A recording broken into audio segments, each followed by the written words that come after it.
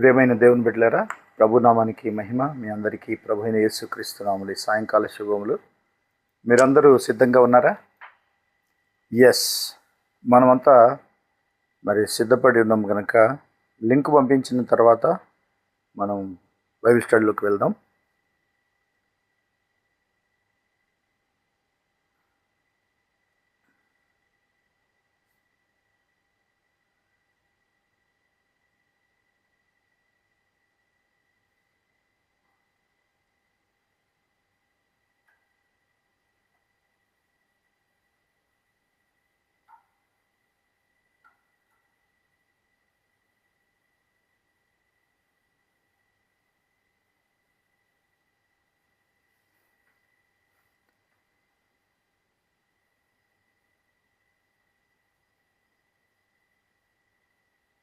Yes, link is sent. Good evening everybody. ఈరోజు మరొక ప్రత్యేకమైన అంశం మీద మనం ధ్యానించబోతున్నాం. మొదట ప్రార్థన, ఆ తర్వాత బైబిల్ రీడింగ్. పరిశుద్ధుడు అయిన పరలోకపు తండ్రి, మీకు వందనాలు, స్తోత్రాలు, కృతజ్ఞతలు చెల్లిస్తున్నాము. ప్రభువా, మరొక బైబిల్ స్టడీ దినము, సమయం, స్థలము, వీలు, అనుకూలతకై స్తోత్రం. నీ జీవవాక్యమును గురించి మేము ధ్యానిస్తుండగా లేఖనాల్లో దాచబడిన మాకు అవసరమైన మీ చిత్తానుసారమైన వర్తమానం మాకు అనుగ్రహించండి. మా హృదయాలు, కన్నులు, చెవులు తెరవండి. నీ వాక్యము చేత మమ్మల్ని అభిషేకించమని ప్రార్థిస్తున్నాము. అయ్యా, ఈ సాయంకాలం ఈరోజు కూడా మీరు మాతో మాట్లాడండి తండ్రి.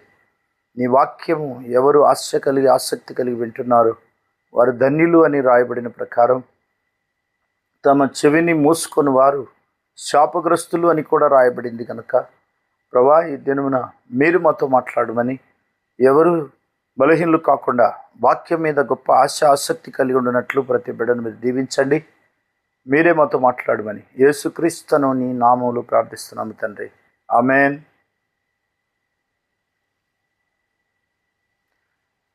దేవునికి మహిమ కలుగును గాక. మరి ఈరోజు మరొక అంశము మీకు లింక్లో చూడవచ్చు. అభిషేకము మరియు కాడి.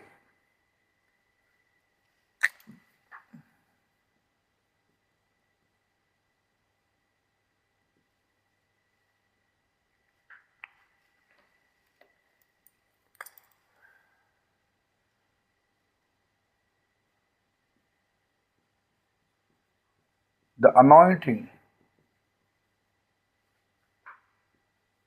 and yoke.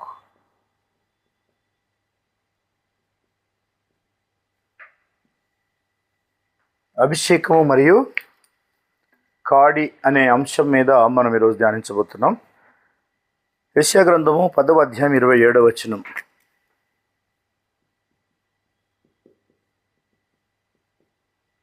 మత్తయి సువార్త 11:28.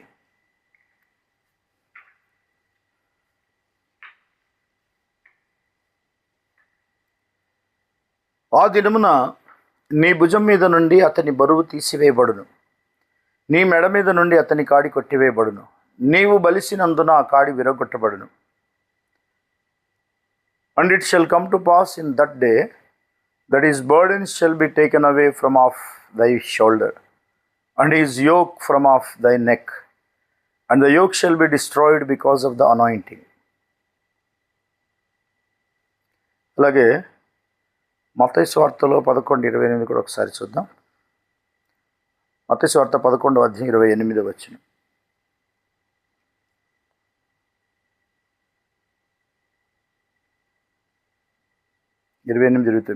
ప్రయాసపడి భారమును మోసుకొనుచున్న సమస్త జనులారా, నా యుద్ధకు రండి, నేను మీకు విశ్రాంతి కలుగజేతును. నేను సాత్వికుడును, దీన మనసు గలవాడును కనుక మీ మీద నా కాడి ఎత్తుకొని నా యుద్ధ నేర్చుకొనుడి, అప్పుడు మీ ప్రాణములకు విశ్రాంతి దొరుకును. ఇక్కడ 28, 29 వర్స్. Matthew 11:28 and 29, Isaiah 10:27. ఈరోజు మన వాక్యము కాడి, అభిషేకము మరియు కాడి. అభిషేకము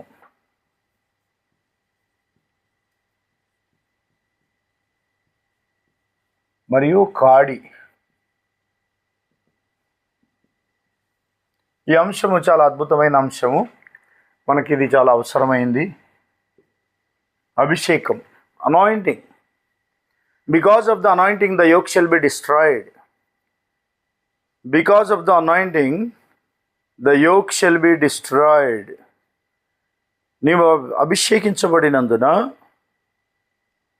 తెలుగులో అయితే నీవు బలిసినందున అని రాయబడింది. ఆ ఉద్దేశం ఏంటో మనకు తెలియదు, కానీ what English says, because of the anointing, నీవు అభిషేకించబడినందున కాడి విరగొట్టబడును.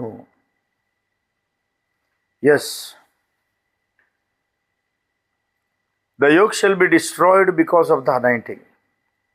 కాడి గురించినటువంటి అవగాహన మనకు చాలా అవసరము. What is anointing, what is the yoke. అలాగే మనకు ఈ అవగాహన కోసం బికాస్ ఆఫ్ ద అనాయింటింగ్, అభిషేకము మరియు కాడి. ఈ అభిషేకము, ఈ కాడి గురించినటువంటి సందర్భం ఏంటంటే, ఇశ్రాయేలీలు అష్షూరీయుల కింద, వారి కాడి కింద ఉన్నారు.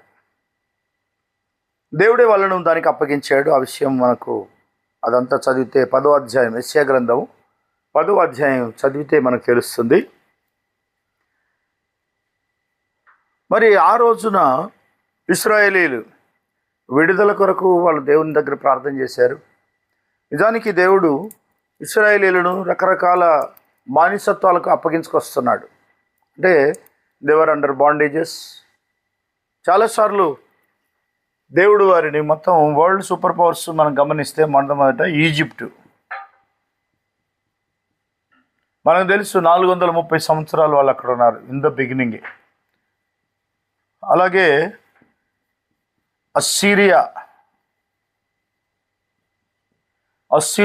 అష్షూరు రాజులు, అస్సీరియన్ కింగ్డమ్ చాలా పెద్ద కింగ్డమ్ అది. అందులో దాదాపు మోర్ దాన్ 200 years, 200+ years ఇస్రాయేలీలు. నెక్స్ట్ సూపర్ పవర్ కదా ఇది. First world empire Egypt, next empire Assyrian kingdom. ఈ అస్సీరియా 200+ years వాళ్ళు బానిసలుగా ఉన్నారు. 220 సంథింగ్, మోర్ దాన్ దట్. అలాగే ఇక బాబిలోన్ మనకు తెలుసు 70 years. బబులోన్లో 70 సంవత్సరాలు బానిసలుగా ఉన్నారు. 70 years. మెడో Persia,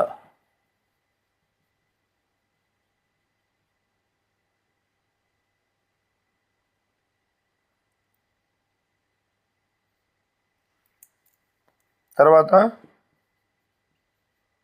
Greek, 6వది Rome. మెడో Persia అంటే మాదీయులు, పారసీకులు, వరల్డ్ ఎంపైర్ సూపర్ పవర్. కానీ మరి సైరస్ కాలంలో వాళ్ళు విడుదల పొంది ఈ మాదీయులు, పారసీకుల సామ్రాజ్యం కింద యూదులు స్వేచ్ఛగా ఉన్నారు. మందిరం కట్టుకోవడానికి వాళ్ళు తిరిగి బబులోన్ నుండి ఇజ్రాయెల్ దేశానికి రావడానికి అవకాశం వచ్చింది. సో ఇక గ్రీకుల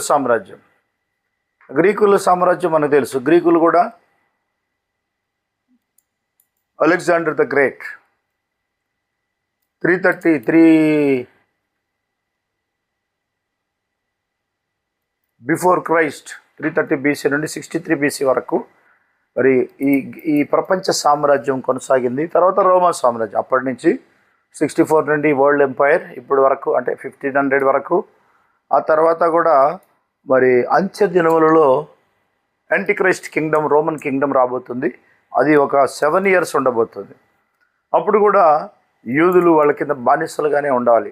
బానిసలు ఇన్ ద సెన్స్ రోమ్ కంట్రోల్లో ఉండబోతున్నారు ఇస్రాయేలీలు. సో ఇదంతా కూడా మనకు world history, world super powers కింద ఇస్రాయేలీలు ఎందుకు అలా నలగొట్టబడ్డారు అని అంటే, ఈ ప్రజల మీద, ఇస్రాయేలీల మీద పెద్ద కాడి మోపబడింది. ఈ భారాన్ని, ఈ బర్డెన్ను దేవుడు కాడి అంటున్నాడు. Assyria is called the rod of God's anger. 5-6 వచనాల్లో చూడండి. అష్షూరు సామ్రాజ్యము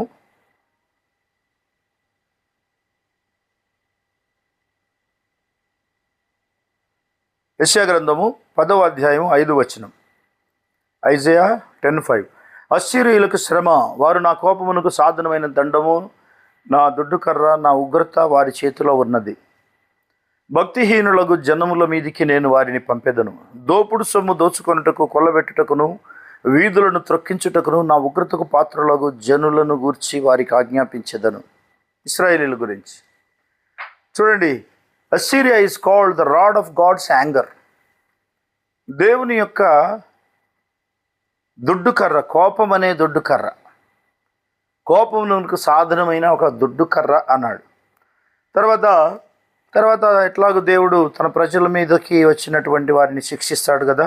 12వ వచనం చూడండి. కావున సియోను కొండ మీదను యెరూషలేము మీదను ప్రభు తన కార్యమంతా నెరవేర్చిన తర్వాత నేను అశ్షూరు రాజు యొక్క హృదయ గర్వం వలని ఫలమును బట్టి, అతని కన్నుల అహంకారపు చూపును బట్టి అతన్ని శిక్షింతును. సో ఇశ్రాయేలీలు 430 సంవత్సరాలు బబులోన్లో ఉన్నప్పుడు, ఐగుప్తులో ఉన్నప్పుడు దేవుడు ఇశ్రాయేలును నిర్గమం ద్వారా విడిపించినప్పటికీ, మోషే ద్వారా విడుదల వచ్చినప్పటికీ దేవుడు ఇశ్రాయేలీల బాధ చూశాడు కనుక ఐగుప్తీయులను దేవుడు శిక్షించాడు. 10 తెగుళ్ళ చేత శిక్షించడం జరిగింది. ఎక్కడున్నా అంతే, దేవుడు ఎవరిని వాడుకున్నాడు, మళ్ళీ వాళ్ళని శిక్షించడం, ఇశ్రాయేలీల మీద దాడి చేసిన వారిని. సో ఈ విధంగా మిగిలిన వారు చూడండి, 24 నుండి 26, 20 వచ్చిన వర్స్ నెంబర్ 20. ఆ దినమున ఇశ్రాయేలు శేషమును యాకోబు కుటుంబీకులలో తప్పించుకుని వారిను తమ్మును హతము చేసిన వారిని ఇకను ఆశ్రయింపక సత్యమును బట్టి ఇశ్రాయేలీల పరిశుద్ధ దేవుడని యెహోవాను నిజముగా ఆశ్రయించెదరు. అంటే ఒక మనిషి శిక్షించబడితే తప్ప దేవుని దగ్గరికి రాడు. పనిష్మెంట్ లేకుండా దేవుని మాట వినడు, దేవుని వాక్యం వినడు. ఎందుకంటే దేవుడు ఒక మనిషిని శిక్షిస్తే కానీ, పనిష్మెంట్ చేస్తే కానీ ఆ మనిషి దేవుని వాక్యం వినాడు. అందుకు దేవుని మాట వినాలంటే ఏం చేయాలో, శిక్షించాలి, తర్వాత ఏడవాలి. శిక్ష పడిన తర్వాత ముందే దేవుని వాక్యం కరెక్ట్గా వింటే పనిష్మెంట్ వచ్చేది కాదు. ఇశ్రాయేలీయులు దేవుని మాట వినండి. సో వాళ్ళు దేవుని మాట విననందుకు అశ్షూరీయులకు అప్పగించాడు, ఆ తర్వాత బబులోనుకు అప్పగించాడు. ఈ విధంగా ఎప్పుడు ఎవరో ఒకరు వాళ్ళ మీద దాడి చేస్తూ అన్ని జనుల కాళ్ళ కింద, ఇప్పుడు క్రీస్తకం 70వ సంవత్సరం నుండి ఇశ్రాయేలీయులు రోమ్ చేతి కిందకి వెళ్ళిపోయారు. 2000 సంవత్సరాలు రోమ్ కింద ఎన్ని ఏళ్ళు ఉన్నారు వాళ్ళు? అరౌండ్ 1900 ఇయర్స్ ప్రభు అయిన యేసుక్రీస్తుని సిలువ వేసినందుకు. So this is what happened in the history. చరిత్రలో జరిగింది. ఇశ్రాయేలీలు దేవునికి దూరమైన ప్రతిసారి వాళ్ళ మీదకి దేవుని ఉగ్రత వస్తూనే ఉన్నది. దేవునికి దగ్గరగా ఉంటేనేమో దేవుడే వాళ్ళ పక్షంగా యుద్ధం చేస్తున్నాడు. దేవునికి దూరంగా ఉన్నారు చూడండి, వాళ్ళతో దేవుడే యుద్ధం చేస్తున్నాడు.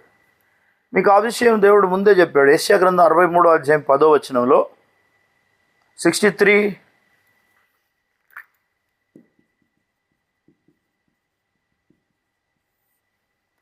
ఐజయా 63:10.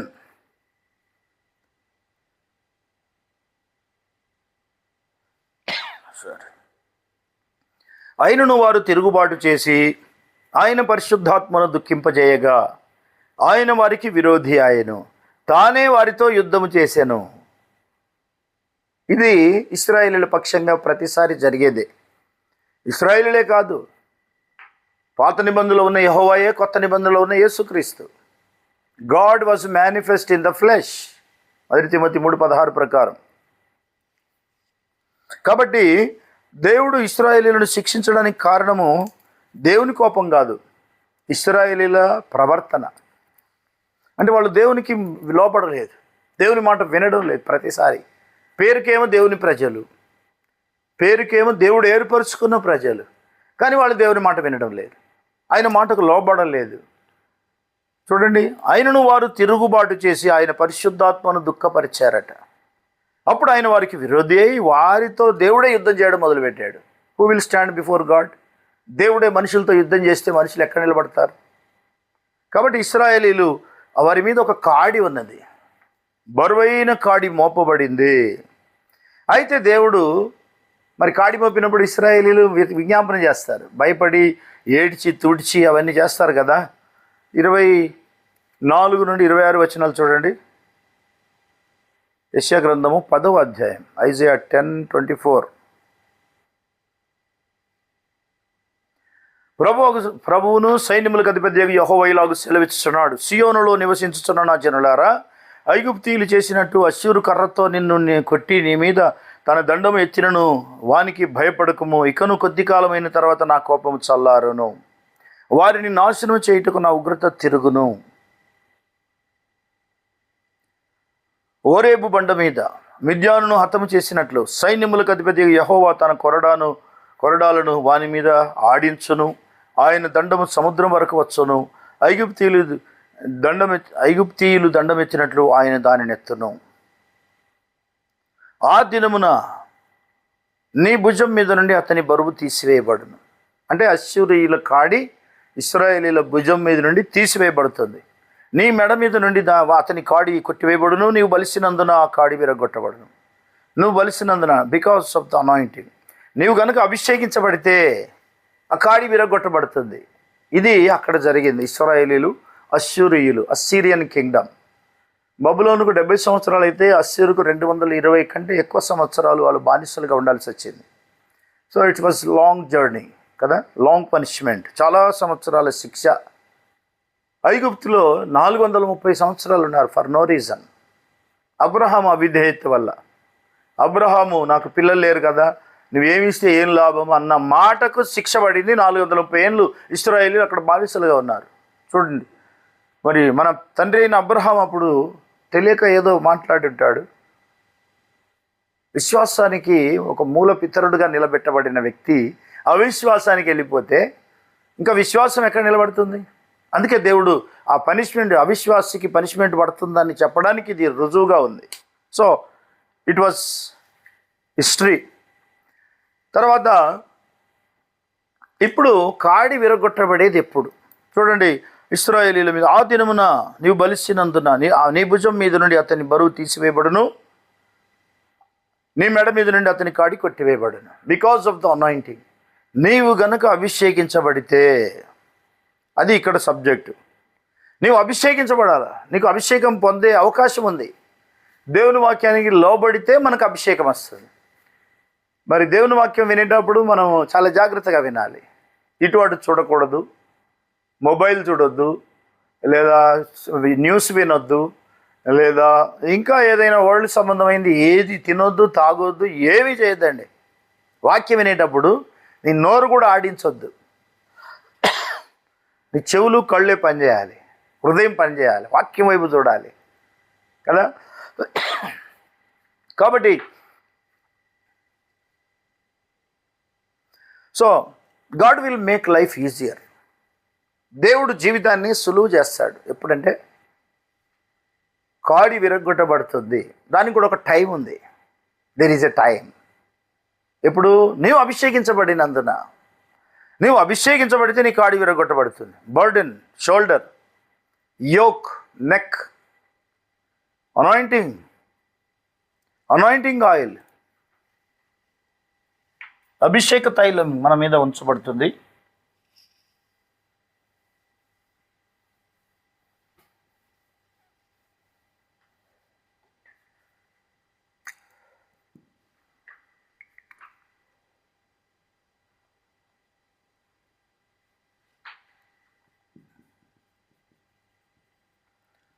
హిస్టరీ అండర్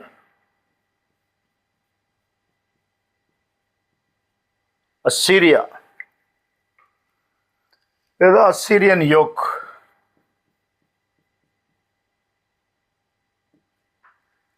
మనం ఇప్పుడు దాకా హిస్టరీ చూసాం కదా, కాస్త కొంచెం హిస్టరీ చూడగలిగాం. అలాగే దేవుని ప్రామిస్ ఉంది చూడండి ఇక్కడ, God's promise.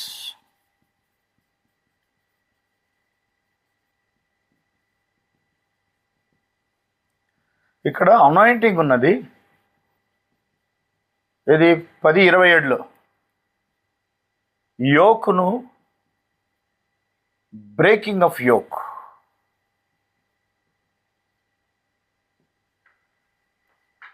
Breaking the yoke, కాడి విరగొట్టుట.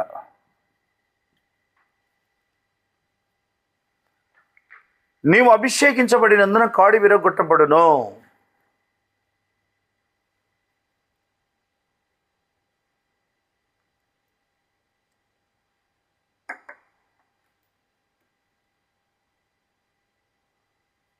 నీవు అభిషేకించబడినందున కాడి విరగొట్టబడను.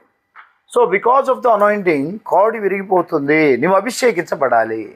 ఈరోజు మనము విశ్వాసులముగా అభిషేకించబడితే కానీ మన మీద ఉన్న కాడి విరిగిపోదు. ఏం కాడింది మన మీద? 2 రకాల కాడుల గురించి కాళ్ళు అంటారు, లేదా కాడులు. 2 yokes. There are 2 yokes. 2 కాడులు మనం చూడగలం.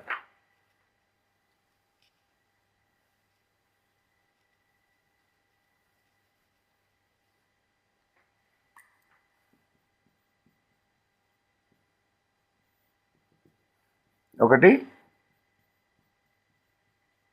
యోక్ ఆఫ్ సాటన్, ఇంకోటి యోక్ ఆఫ్ జీసస్ అంటే గాడ్. Isaiah 10:27, Matthew 11:29. ఈ 2 కాడుల గురించి మనం ఈరోజు ధ్యానిస్తాం. ఒక కాడి మన భుజం మీద పెట్టబడితే అది సాతాను కాడి. It's a yoke of Satan. ప్రతి మనిషి భుజం మీద ఒక కాడి ఉంటుంది. అది మనం అభిషేకించబడితే కానీ ఆ కాడి విరగొట్టబడదు. దేవుడే వచ్చి కాడి తీసేయడు. ఇశ్రాయేలీయులు కూడా అదే చెప్పాడు, because of the anointing the yoke shall be destroyed. నువ్వు అభిషేకించబడితేనే కాడి విరుగుతుంది. నీ మీద సాతాను యొక్క ప్రభావము ఉండకుండా చేయాలంటే నువ్వు అభిషేకించబడాలి. అదే బైబిల్ మనకు చెప్పే సత్యం. బికాస్ ఆఫ్ ద అనాయింటింగ్, అభిషేకించబడినందున. ఆ మాట ఈరోజు క్రైస్తవ ప్రపంచం అంతటికి అవసరమైన సబ్జెక్ట్ ఇది. మనకు అభిషేకం కావాలి. లోకంలో ఉన్నాం మనం. We need more power. లోకంలో ఉన్నవాడికంటే మీలో ఉన్నవాడు గొప్పవాడు, ఓకే. కానీ మనలో ఉన్నవాడు పని చేయాలంటే మనం ఆయనకు లోబడాలి. దేవుని మాటకు లోబడితే, దేవుని వాక్యానికి లోబడితే ఆయన మన కొరకు చేసిన శిలువ కార్యము, దానికి ప్రతిఫలం మనం అనుభవిస్తాం. ఇక్కడ బర్డెన్ అన్నాడు.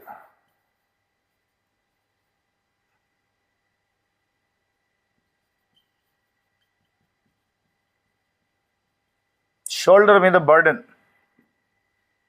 నెక్స్ట్ యోక్ ఎక్కడ పెట్టబడింది? నెక్, మెడ మీద పెట్టబడింది. తర్వాత అనాయింటింగ్,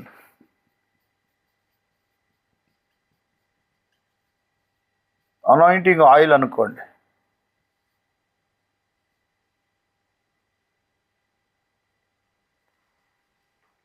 అనాయింటింగ్ లేదా oil, destruction of the yoke. దీని ద్వారా డిస్ట్రక్షన్.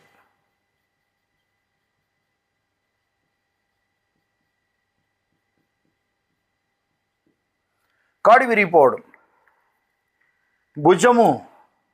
భుజం మీద భారం ఉంచబడింది, మెడ మీద కాడి పెట్టబడింది. ఇవి 2 పోవాలి అని అంటే అభిషేకం కావాలి. We need more anointing. చాలామంది మేము బాగానే ఉన్నాం, ప్రార్థన చేసుకుంటున్నాం, గట్టిగానే ఉన్నాం అనుకుంటారు. మామూలు ప్రార్థనలకు బాగానే ఉన్నాం అనుకుంటారు. కానీ సాతాను వాళ్ళ మీద అనేక రకాల భారాలు మోపుతాడు. అనేక విధాలుగా శోధించడం మనం చూస్తాం. సింపుల్గా కాదు, మామూలు కాదు. వాళ్ళు ప్రార్థన చేస్తున్నాం అయినా విడుదల లేదు అనుకుంటారు. ఎందుకు? కాడి భారంగా ఉంది, శత్రువు మోపిన కాడి. అయితే ప్రభువైన యేసుక్రీస్తు ఏమన్నాడు? నా కాడి సులువుగాను నా భారం తేలికగా ఉంది, దాన్ని మీ భుజం మీద ఎత్తుకోండి, మెడ మీదకి ఎత్తుకోండి అన్నాడు. నా కాడి మొయ్యండి. పడతలేదు.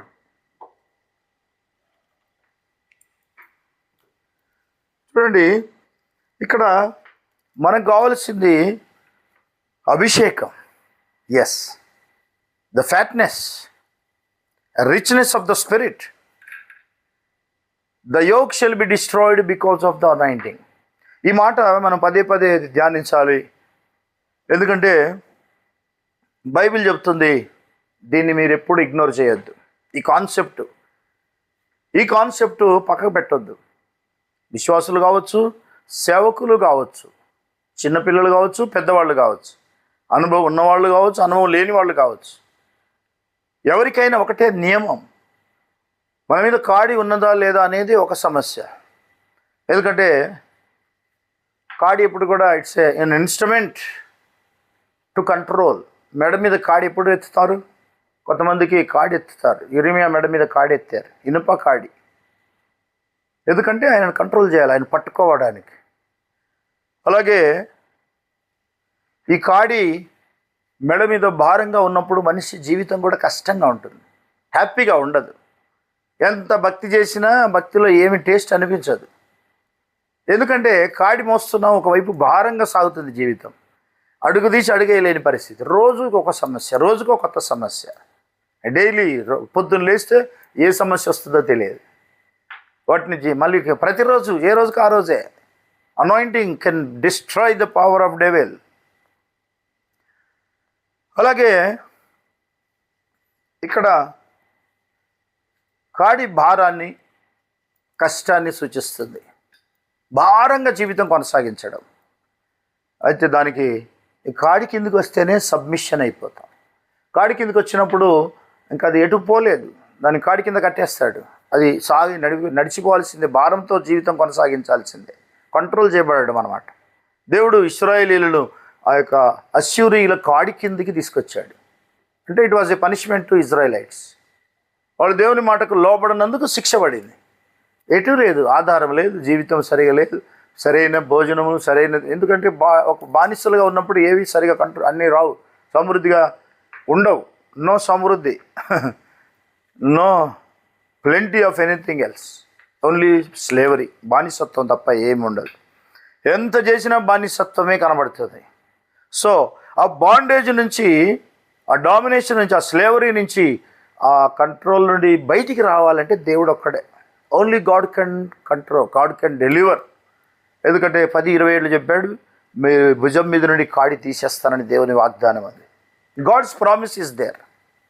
When we submit and surrender, the yoke will be destroyed. అది కూడా అనాయింటింగ్ కిందికి వచ్చినప్పుడు. ఇది మనం ఇశ్రాయేలీలు ఆ రోజు మన నిర్గమకాండ 1:13-14 వచనాల్లో చూడగలం. Egyptians made children of Israel to serve with రిగర్. చాలా కష్టపడి ఇంకా ఎక్కువ వాళ్ళు బానిసలుగా ఉండాల్సి వచ్చింది ఇశ్రాయేలీలు. మనం నిర్గమకాండం 1:13 ఎక్సోడస్ 1:13. ఇశ్రాయేలీయుల చేత ఐగుప్తీయులు కఠినముగా సేవ చేయించుకొనిరి. కఠినమైన సేవ, దే సర్వ్ విత్ రిగర్. అయితే వారు ఇశ్రాయేలీయుల చేత చేయించుకొనిన ప్రతి పని కఠినముగా ఉండెను. వారు జిగటమంటి పనిలోను, ఇటుకల పనిలోను, పొలములో చేయు పనిలోను కఠిన సేవ చేయించి వారి ప్రాణములను విసిగించిరి. బానిసత్వం అంటే అలాగే ఉంటుంది. వారి ప్రాణములను విసిగించిరి. వారి ప్రాణములు విసిగిపోయినవి. ఎందుకంటే ఇంకంతే, వారి ప్రాణములు విసిగిపోయాను అని రాయబడింది. ఎక్స్ట్రీమ్ టఫ్నెస్, ఎక్స్ట్రీమ్ అనమాట, స్ట్రిక్ట్గా సివియర్ కండిషన్ వాళ్ళ జీవితంలో వాళ్ళు అనుభవించాల్సి వచ్చింది ఇశ్రాయేలీలు. సో కాడి విరగొట్టబడడానికి మరి మన దేవుడికి మాత్రమే సాధ్యం, ఆయన విరగొట్టగలడు. What is a yoke?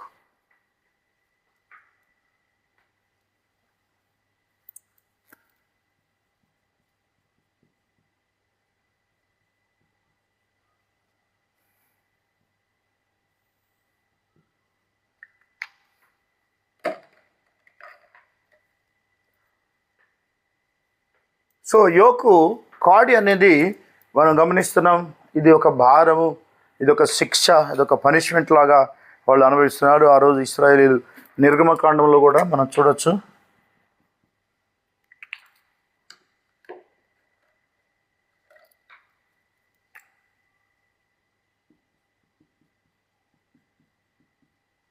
నిర్గమకాండం ఎక్సోడస్ 1:13-14 వచనాల్లో ఇశ్రాయేలీయులు ఎలా బానిసలుగా ఉండెనో, ఆ బానిసత్వం నుండి దేవుడు ఎట్లా విడిపించాడో ఒక ప్రవక్త రావాల్సి వచ్చింది. తర్వాత వాళ్ళు నమ్మవలసి వచ్చింది ప్రవక్తను. ఆ ప్రవక్తను నమ్మిన ఆ ప్రవక్త వర్తమానం నమ్మాలి. సో దేవుని నమ్మి దేవుడు చేయగలడని నమ్మి అంటే విజ్ఞాపన చేశారు. తర్వాత విడుదల పొందారు. బాగా ఏడ్చి ప్రార్థన చేశారు వాళ్ళు. They cried unto the lord. ఆ విడుదల ఎట్లొస్తుందో వాళ్ళకి తెలియదు, కానీ ఏడ్చారు. దేవుడు ఒక ప్రవక్తను పంపి ప్రవక్త ద్వారా విడుదలిచ్చాడు బానిసత్వం నుండి. So that was wonderful thing. ఇశ్రాయేలీలు ఐగుప్తు నుంచి బయటికి రావడం. God broke the system that held them in Egypt. ఆ సిస్టమ్ ఏదైతుందో, ఆ బాండేజ్ ఏదైతుందో, దేవుడు దాన్ని బ్రేక్ చేసి పడేశాడు. God will break it one day. మనం ఏది భారంగా ఫీల్ అవుతున్నామో ఆ భారాన్ని ఏదో ఒక రోజు ఆయన తొలగించేస్తాడు. ఇంకా అది ఉండదు, కాడి విరిగిపోతుంది. అలాగే 26 లేవియాకాండం 26:13 అంటాడు. లేవియాకాండము లెవిటికస్ 26:13, మీరు ఐగుప్తీయులకు దాసులు కాకుండా వారి దేశంలో నుండి మిమ్మల్ని రప్పించి తిని, నేను మీ దేవుడనైన యెహోవాను. నేను మీ కాడి పలుపులను తెంపి మిమ్మను నిలువుగా నడవజేసి తిని. కాడి కింద ఉండాలంటే ఇట్లా వంగాల, కాడి మెడ మీద ఉంటుంది కాబట్టి. ఆ పలుపులు తెంపేస్తే, ఆ తాళ్ళు తెంపేస్తే, మెడ కట్టిన తాళ్ళు, కాడి తాళ్ళు తెంపితే వాళ్ళు నిలువుగా నడవగలిగారు. చూడండి, వాళ్ళు ఇలా వంగి కాడి మోయాల్సి వచ్చింది, కానీ దేవుడు వాళ్ళను నిలువుగా నడవజేశాను.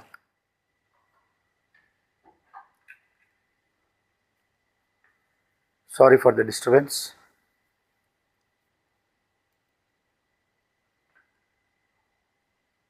మళ్ళీ లింక్ పంపాలేము.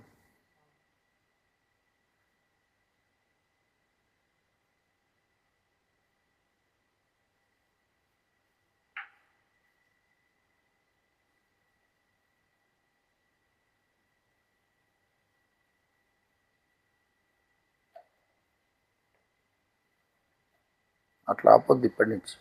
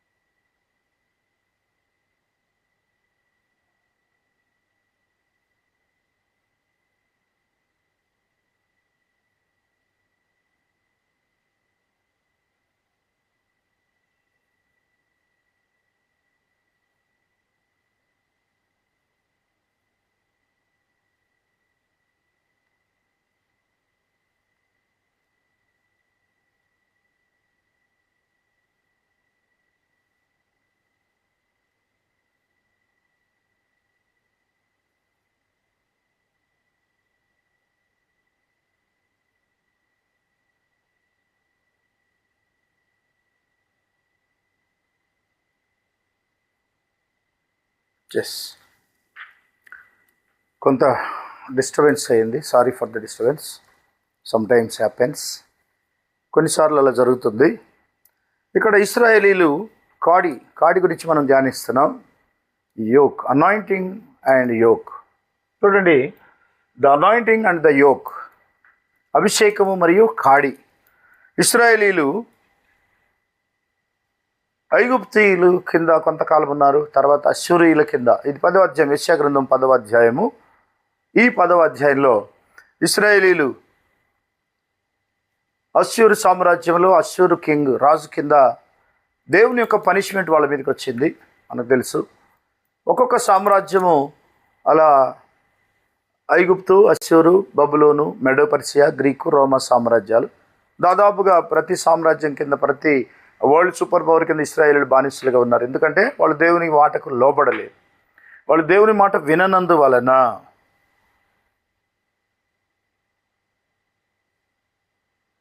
వాళ్ళు దేవుని మాట విననందువల్ల దేవుడు వారిని శిక్షించడం మొదలుపెట్టాడు.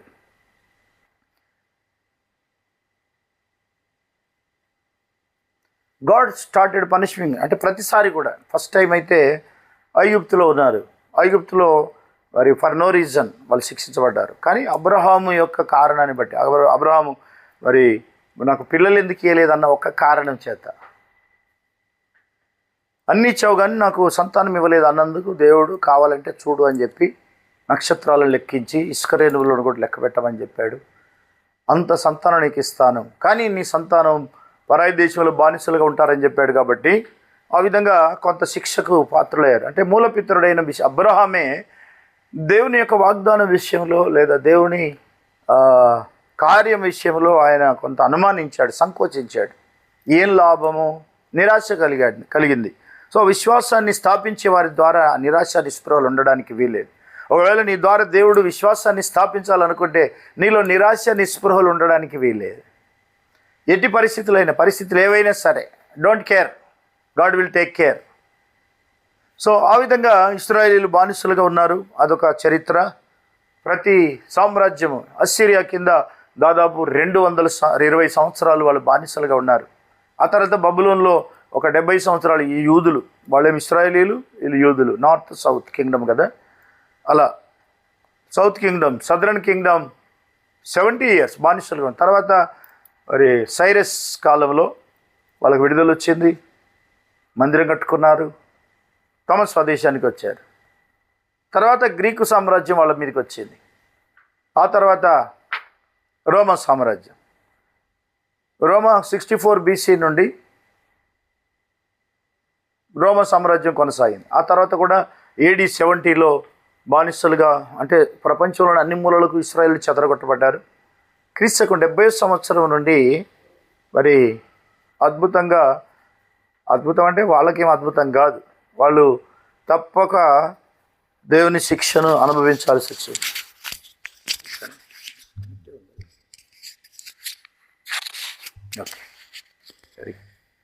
సో యోక్ అనేది ఒక ఇన్స్ట్రుమెంట్, వాళ్ళని కంట్రోల్ చేయడానికి దేవుడు పెట్టినటువంటి ఒక కాడి. దేవుని మాట వినకపోతే ప్రతిసారి కూడా శిక్షింపబడ్డారు. దేవుని వాక్యం వినని చెవులు ఉంటాయి చూడండి, వినడానికి చెవులు ఇవ్వకపోతే కూడా పనిష్మెంట్ వస్తుంది అన్నాడు. శాపగ్రస్తులు అవుతారని కూడా రాయబడింది సామెతల గ్రంథంలో.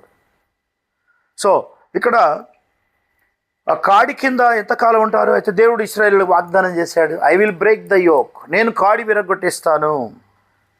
ఎప్పుడు? మీరు అభిషేకించబడినందున.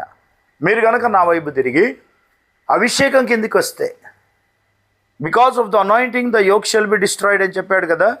సో ఈ అభిషేకించబడిన కాడిని బట్టి, అంటే కాడి నువ్వు అభిషేకించబడినందున కాడి విరగొట్టబడుతుంది అన్నాడు దేవుని వాగ్దానము. అలాగే విడుదలకు సంబంధించిన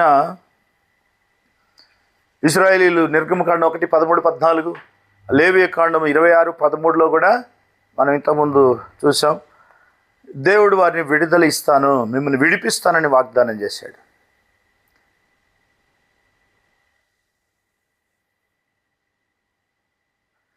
సంఖ్యాకాండంలో లేవియకాండం 26:13 అన్నాడు, మీరు కాడి మోసి ఇట్లా వంగిపోయి ఉన్నప్పుడు నేను కాడి విరగొట్టి మేము నిలబడేటట్టు చేశాను అన్నాడు. So they could stand and walk. కాడి లేకుండా విడిపించబడ్డారని దేవుడు మళ్ళీ మళ్ళీ జ్ఞాపకం చేసుకుంటూ వచ్చాడు. మీరు నా మాట వినక, నా ఆజ్ఞలన్నిటిని అనుసరింపక, నా కట్టడలో నిరాకరించిన ఎడల, నా ఆజ్ఞలన్నిటిని అనుసరింపక, నా నిబంధనలను మీరు మీరునట్లు, మీరు నా తీర్పుల విషయమే అసహించుకొనిన ఎడల, నేను మీకు చేయనిదేమనగా ఇంకా పనిష్మెంట్స్. లేవియకాండం 26:15-16 వచనాలు. సో దేవుడు ముందే చెప్పాడు. కాబట్టి మనిషి, దేవుడు ఏర్పరచుకున్న వాళ్ళు ఎవరైనా సరే దేవుని మాటకు లోబడి ఉండాలి. లేదా దేవుడి మాట ఎంతో విలువైంది. నిజంగా సృష్టికర్త మాట వినడం అనేది ఒక అద్భుతం. అంతకంటే మంచి గొప్ప సంగతి ఏది లేదు.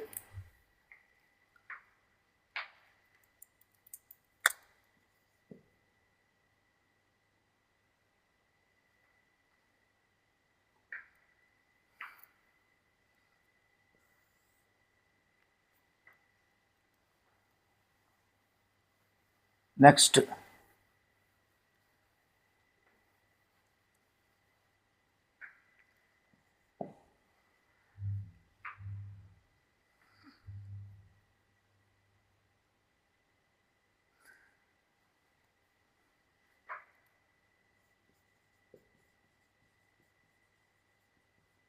The deepest spiritual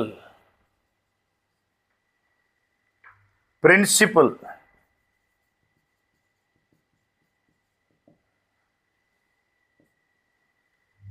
the deepest spiritual principle ఏంటంటే, ఇప్పుడు కాడి గురించి మనం మాట్లాడుతున్నాం. యెషయా కాడి గురించి బయలుపరిచాడు కదా. సహజంగా కొన్నిసార్లు ప్రభా ఈ కాడి మోయటకు నాకు బలమియ్యి అని కూడా ప్రార్థన చేస్తారు కొంతమంది. ఈ కష్టం ఈ శ్రమ అనుభవించడానికి నాకు శక్తినివ్వు అంటారు. కానీ దేవుడు ఏం చెప్పాడంటే, God can remove the yoke. ఇదే spiritual secret. This is one of the most beautiful revelation in the message. సహజంగా మనం ఏమని ప్రార్థన చేస్తాం, Lord give me strength to carry. ఈ కాడి మోయడానికి నాకు బలమీయమని ప్రార్థన చేస్తాను. ఈ కాడి నా మీద ఉన్నది, నా సమస్యలకు, నాకు ఈ సమస్యల్లో నాకు బలమి, ధైర్యమి, వీటిని ఎదుర్కోనే ధైర్యమి అని ప్రార్థన చేస్తాం నిజానికి. కానీ యెషయా రివీల్ చేస్తున్నది ఇంకా కొంచెం భిన్నంగా ఉంది. It's a different. నీవు అభిషేకించబడితే కాడే ఉండదు కదా, because of the anointing.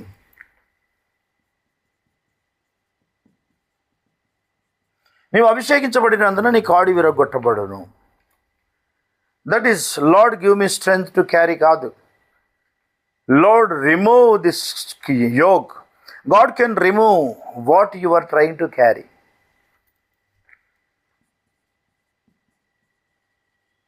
God can remove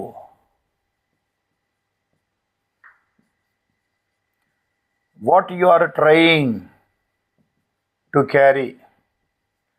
నువ్వు మోయడానికి ఇష్టపడుతున్నది ఏదైతే ఉందో దాన్ని దేవుడు తీసేస్తానంటున్నాడు. నువ్వు కాడి మోసే అవసరం లేదు. అయితే మధ్యలో ఒకటి ఉంది, అనాయింటింగ్ ఉన్నది, అభిషేకం. బికాస్ ఆఫ్ ద అనాయింటింగ్, ప్రభా give me grace to carry the burden.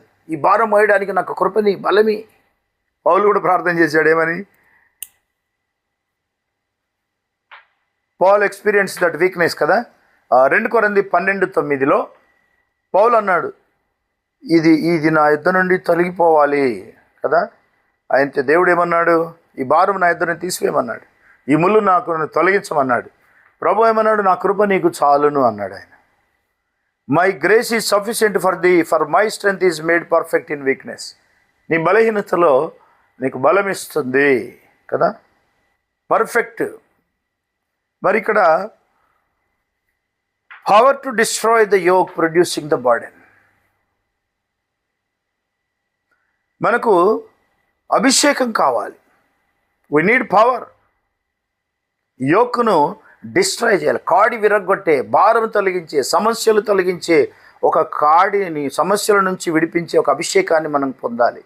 కాడి విరగొట్టబడాలి అంటే అభిషేకం కావాలి. Anointing versus yoke.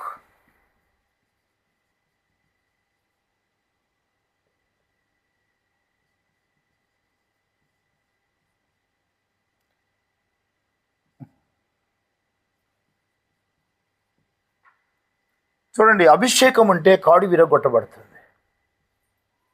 ప్రతి ఒక్కరికి అభిషేకం కావాలి. We need more anointing. మనం ఈ లోకంలో జీవించడానికి భోజనం సరిపోదు, బట్టలు భోజనం ఉంటే కాదు. మెడ మీద కాడి విరగొట్టబడాలి.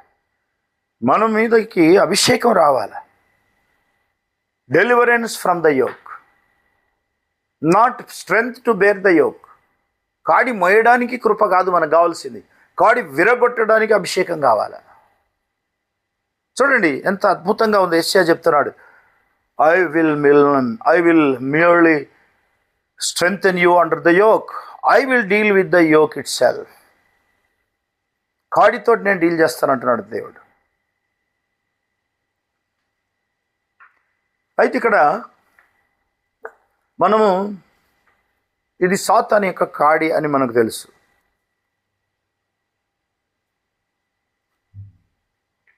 ఎందుకంటే దేవుడు ఎప్పుడు కూడా మనల్ని కావాలని శిక్షించాడు. సాతాను మన మీద కాడి మోపుతున్నాడు, దేవుడు దాన్ని విరగొడుతున్నాడు. ఇశ్రాయేలీల స్టోరీ వేరు. వినడంలో ఉన్నవారిని, అంటే దేవుని మాట వినకుండా లోబడకుండా ఉన్నందుకు, తిరుగుబాటు చేసినందుకు ఆయన వారిని శిక్షించాడు. కానీ ఇక్కడ మనం తిరుగుబాటు చేయకపోయినా, మనము దేవునికి వ్యతిరేకంగా ఉండకపోయినా, మనం ప్రభు మార్గంలో సరిగ్గా స్ట్రైట్గా నడుస్తున్నప్పుడు ప్రతి క్షణం every day a new day లాగా ఉంటుంది. ఏ న్యూ ట్రబుల్ అనేది ఎంటర్ అవుతుంది.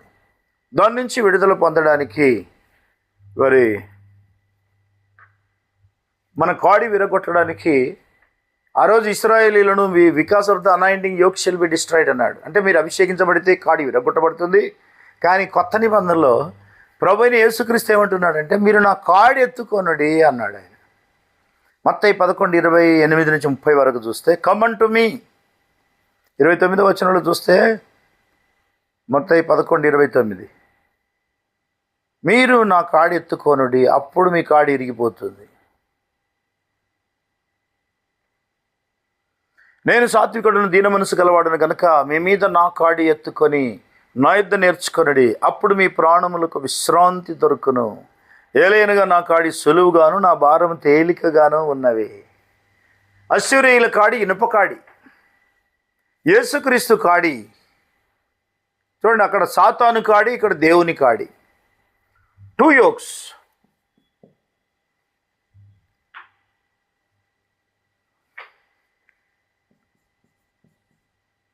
యోక్ వర్సెస్ జీసస్ క్రైస్ట్, లేదా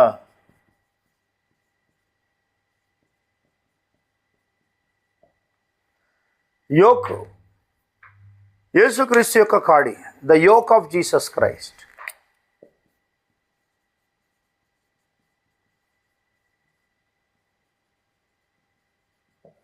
యేసుక్రీస్తు యొక్క కాడి ఇక్కడ.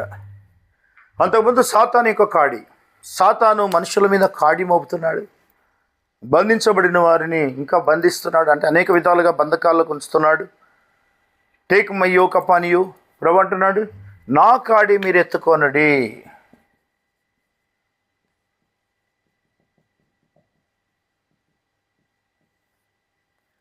టేక్ మై యోక్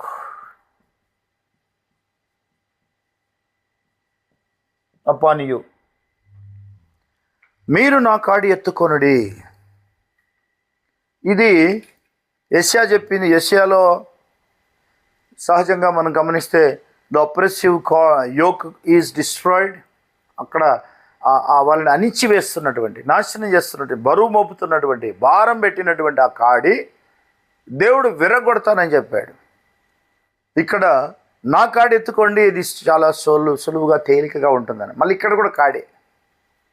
అక్కడ కాడి విరగొట్టే కాడి. సో అది అక్కడ విడుదల, శారీరక విడుదల.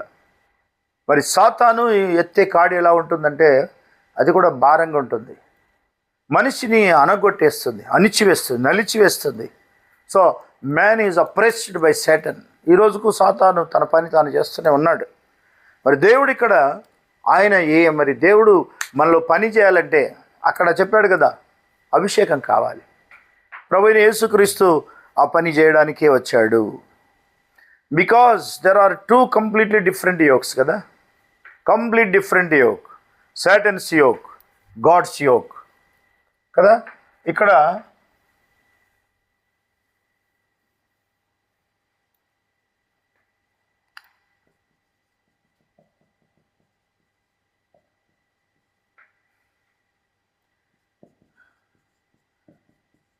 టూ యోక్స్లో ఒకటి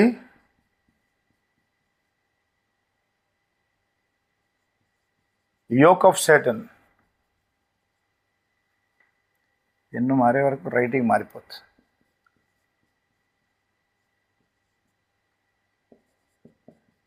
ఇంకొకటి యోక్ ఆఫ్ జీసస్ క్రైస్ట్. సాతాను యొక్క కాడి చూడలేదా? ఇవి మళ్ళీ మొత్తం నిండిపోయి.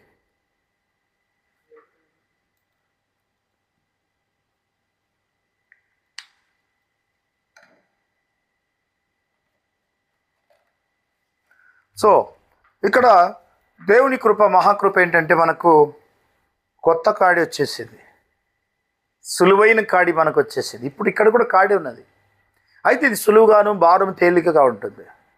కంట్రోల్ అంతా యేసుక్రీస్తు చేతికి వెళ్ళిపోతుంది, సాతాను చేతిలో ఉండదు ఇక్కడ. Yes, God wanted us to deliver he wanted to break the yoke.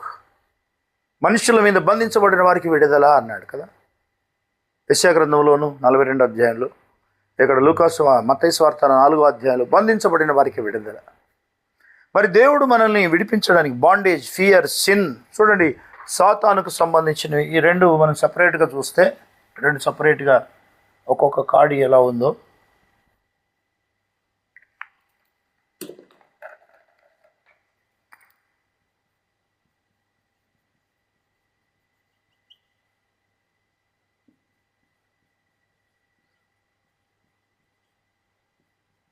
ఇవి రెండు మనం వేరువేరుగా చూస్తే, యోక్ ఆఫ్ సాటన్, సాతాను యొక్క కాడి ఎలా ఉంది? It was bondage, fear, sin.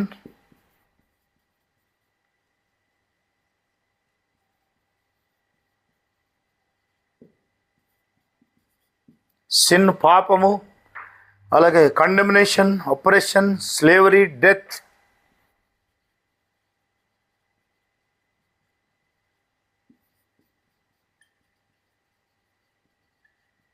Slavery బానిసత్వం, డెత్ మరణము.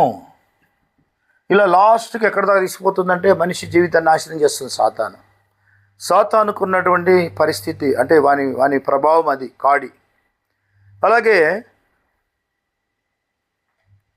మరి ప్రభువైన యేసుక్రీస్తు యొక్క కాడి చాలా సులువైంది. చూడండి ఇక్కడ మన క్రీస్తుతో మనకు ఉన్నటువంటి ఆ కాడి దాని అర్థం ఏంటంటే ఇట్ ఈస్ రిలేషన్షిప్.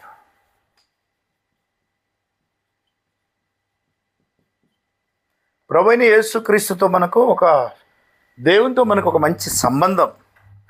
అలాగే ఒబీడియన్స్,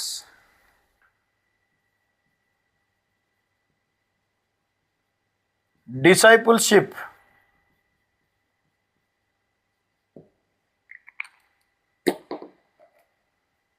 శిష్యత్వము, మనం దేవునికి శిష్యులుగా, రెస్ట్, ఫెలోషిప్,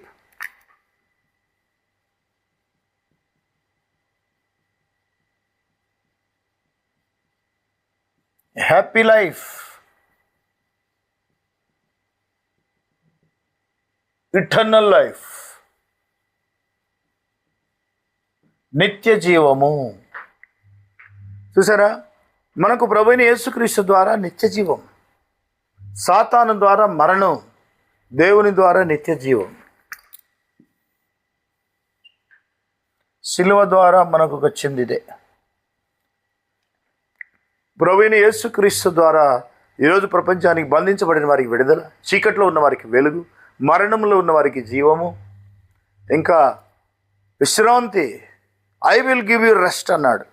ఆ రెస్ట్ అనేది ప్రభు దగ్గర మాత్రమే దొరుకుతుంది. ప్రయాసపడి భారమును మోసుకొనుచున్న సమస్త జనులారా. ఈరోజు మనము క్రైస్తవులుగా ఎంతమంది ఉన్నారు, వాళ్ళ జీవితాల్లో చూస్తే అన్ని భారాలే, భారము, వ్యాధులు, సమస్యలు, అనారోగ్యం, భయం, చింత, కలవరం, ఇవేం పోవట్లేదు. ఎందుకో తెలుసా? అవి పోవాలంటే మనం ఒక కాడి కిందికి రావాలి, యేసుక్రీస్తు యొక్క కాడి కిందికి రావాలి, విశ్రాంతి దొరుకుతుంది. అది సులువైంది, చాలా సులువైన కాడి. అలాగే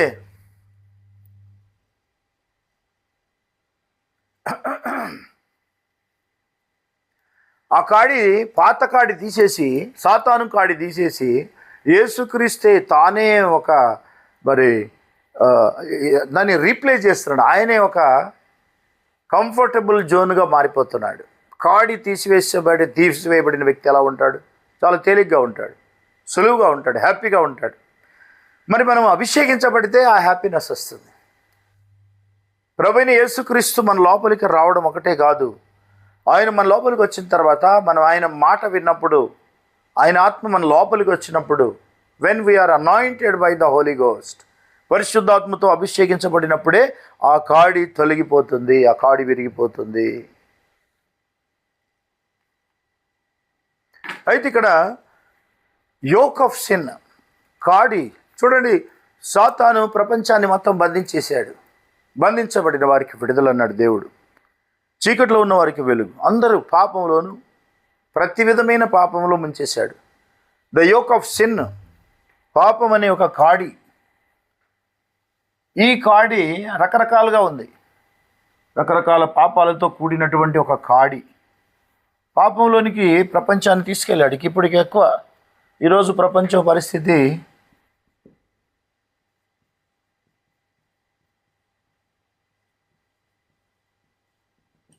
ద యోక్ ఆఫ్ సిన్, పాపం అనే కాడి. The greatest yoke is not poverty, the greatest yoke is not poverty, not poor stage. చూడండి, పేదరికం కాదు మన మీద ఉన్న కాడి. నిజానికి గొప్ప కాడి ఏంటంటే పేదరికం కాదు, వ్యాధి కాదు, హింస కాదు, అలాగే ఇంకా భారం ఏది కాదు. మన కాడి ఏంటి? What is our yoke? It is sin అన్నాడు. ఎందుకంటే యోహాను 8వ అధ్యాయం 34 వచ్చిన చూడండి.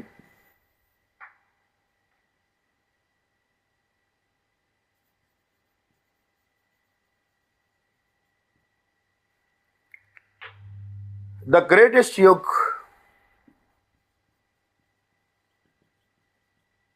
ఈజ్ నాట్ పావర్టీ, పేదరికం కాదు మన మీద ఉన్న కాడి, వ్యాధి కాదు,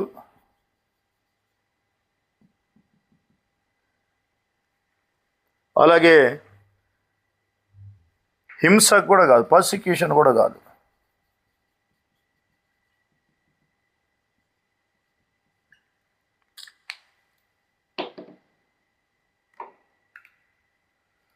ఇక్కడ కూడా పడతలేదు, ఇంక లేదా వచ్చినా కూడా.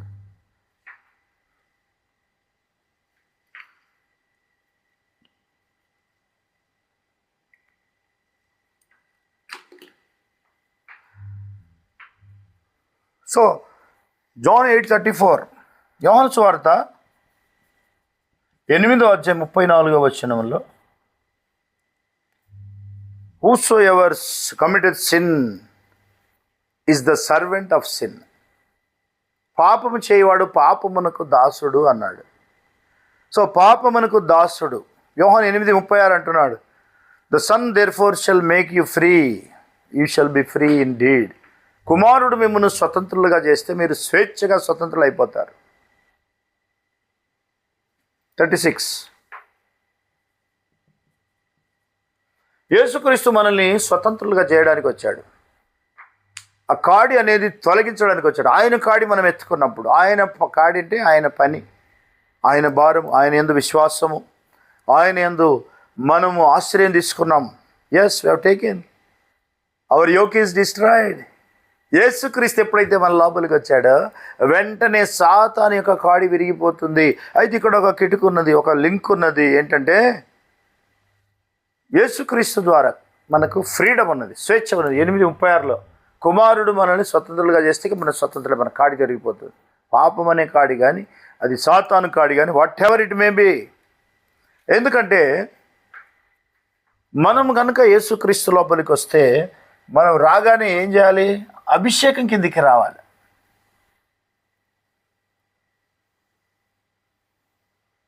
We must come under anointing.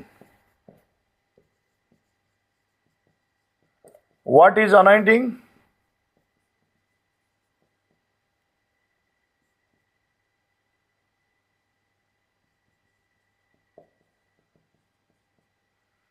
పది 27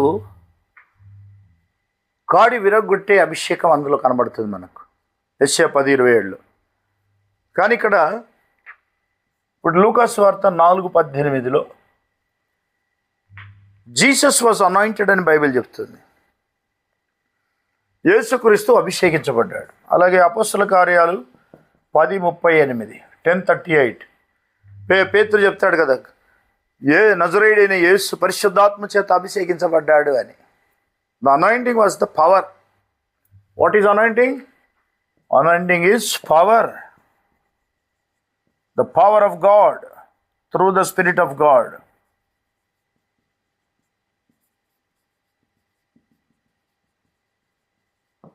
పరిశుద్ధాత్మ ద్వారా అనగా దేవుడు ఆత్మస్వరూపిగా మనలో మనతో కూడా ఉండి మనల్ని అభిషేకించుట. 1 John 2:27, మిమ్మల్ని అభిషేకించిన వాడు దేవుడే అని ఒక మాట రాయబడింది. మిమ్మల్ని అభిషేకించిన వాడు. సో ఈరోజు మనకు కావలసింది అభిషేకము. అయితే ఆయన వలన మీరు పొందిన అభిషేకం మీలో నిలుస్తున్నది. 1 John 2:27, మొదటి యోహాను 2:27. అయితే ఆయన వలన మీరు పొందిన అభిషేకం మీలో నిలుస్తున్నది కనుక ఎవడును మీకు బోధింపనక్కర్లేదు. ఆయన ఇచ్చిన అభిషేకం సత్యమే కానీ అబద్ధము కాదు.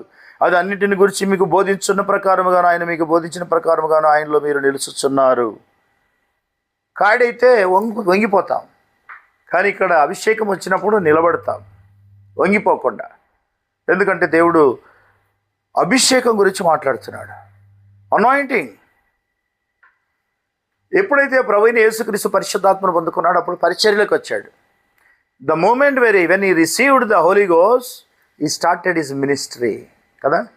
నిజంగా యేసుక్రీస్తు ప్రభు మానవుడిగా ఒక మానవునికి మనుషులందరికీ నేర్పడానికి ఆయన చేసినటువంటి మొదటి పని ఏంటంటే ఆయన అభిషేకం పొందడం, పరిశుద్ధాత్మను పొందుట.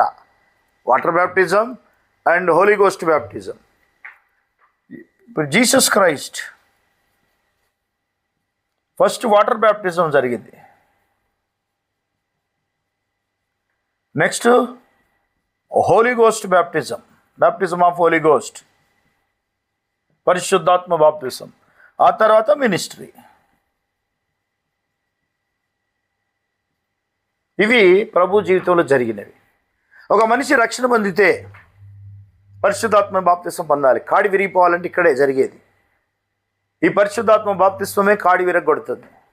అనాయింటింగ్, విపరీతమైన శక్తి రిలీజ్ అవుతుంది. విశ్వాస జీవితంలో పవర్ జనరేట్ అవుతుంది. పరిశుద్ధాత్మ శక్తి నడిపించబడతాం అంటే శక్తి చేత నడిపించబడుట. లోకంలో ఉన్నవానికంటే మీలో ఉన్నవాడు గొప్పవాడు. మీలో ఉన్నవాడు ఎవరు అంటే హోలీ గోస్ట్, పరిశుద్ధాత్మ. ఆ యేసుక్రీస్తు ప్రభు భూమి మీద ఉన్నప్పుడు ఆయన మానవుడుగా ఉన్నాడు, కానీ పెంతెకొస్తు దినం నుండి ఆయన ఆత్మస్వరూపిగా ఉన్నాడు. ఈ ఆత్మ మన లోపలికి వస్తే కానీ, మనం అభిషేకించబడితే కానీ we are into ministry. When you are anointed then immediately you will be into ministry. నువ్వు అభిషేకించబడితే వెంటనే నువ్వు సేవలోకి వెళ్ళిపోతావు, అంతే. ఇంకా వేరే పని ఉండదు. సేవ అంటే ఒకవేళ నువ్వు పని చేసుకో కానీ సేవ చేయి, ఉద్యోగం చేసుకో సేవ చేయి, వ్యాపారం చేసుకో సేవ చేయి, ఇంకేదైనా చేయి, పని చేసుకో కానీ సేవ మాత్రం చేయి. ఎందుకంటే యు లవ్ అండ్ సర్వ్. దేవుని నువ్వు ప్రేమించాలి, ఆ తర్వాత సేవ చేయాలి కూడా. ఏదో ఒక రకమైన సేవ, నీకు దోచిన సేవ. దేవుడు నిన్ను ఒక సేవలోకి నడిపిస్తాడు, ఒక భారంలోకి నడిపిస్తాడు. నీలో ఉన్న ఆత్మ నిన్ను సేవలోకి తీసుకెళ్తుంది. Yes, we are into ministry. First pull జరిగినప్పుడు మొదటి ఈడుపులో ఏం జరుగుతుంది? అద్భుతాలు జరుగుతాయి. ఈ సేవలో జరిగే 3 దశలు ఉన్నాయి. First pull, second pull, third pull ఉంటుంది. ఫస్ట్ పుల్లో విపరీతమైన జనం వస్తారు. సెకండ్ పుల్లో సంఖ్య తగ్గిపోతుంది. థర్డ్ పుల్కి వచ్చేటప్పటికి ఇంకా సంఖ్య మనుషులు తగ్గిపోతారు. దేవుడు మనమే ఏకమైపోతాం. So the anointing is not independent of the word. అభిషేకం అనేది, పరిశుద్ధాత్మ అభిషేకం అనేది వాక్యానికి దూరంగా లేదు, వాక్యానుసారముగా ఉన్నది. యెషయా 10:27 మనకు మనం అభిషేకించబడితే కాడి విరగొట్టబడుతుందని చెప్పాడు. మరి అపోస్తల కార్యాలు 2వ అధ్యాయం 40వ వచనం మనకి ఇవ్వబడిన ప్రిస్క్రిప్షన్ ఇది. డాక్టర్ ఇస్తాడు చూడండి ప్రిస్క్రిప్షన్, అది అన్నమాట.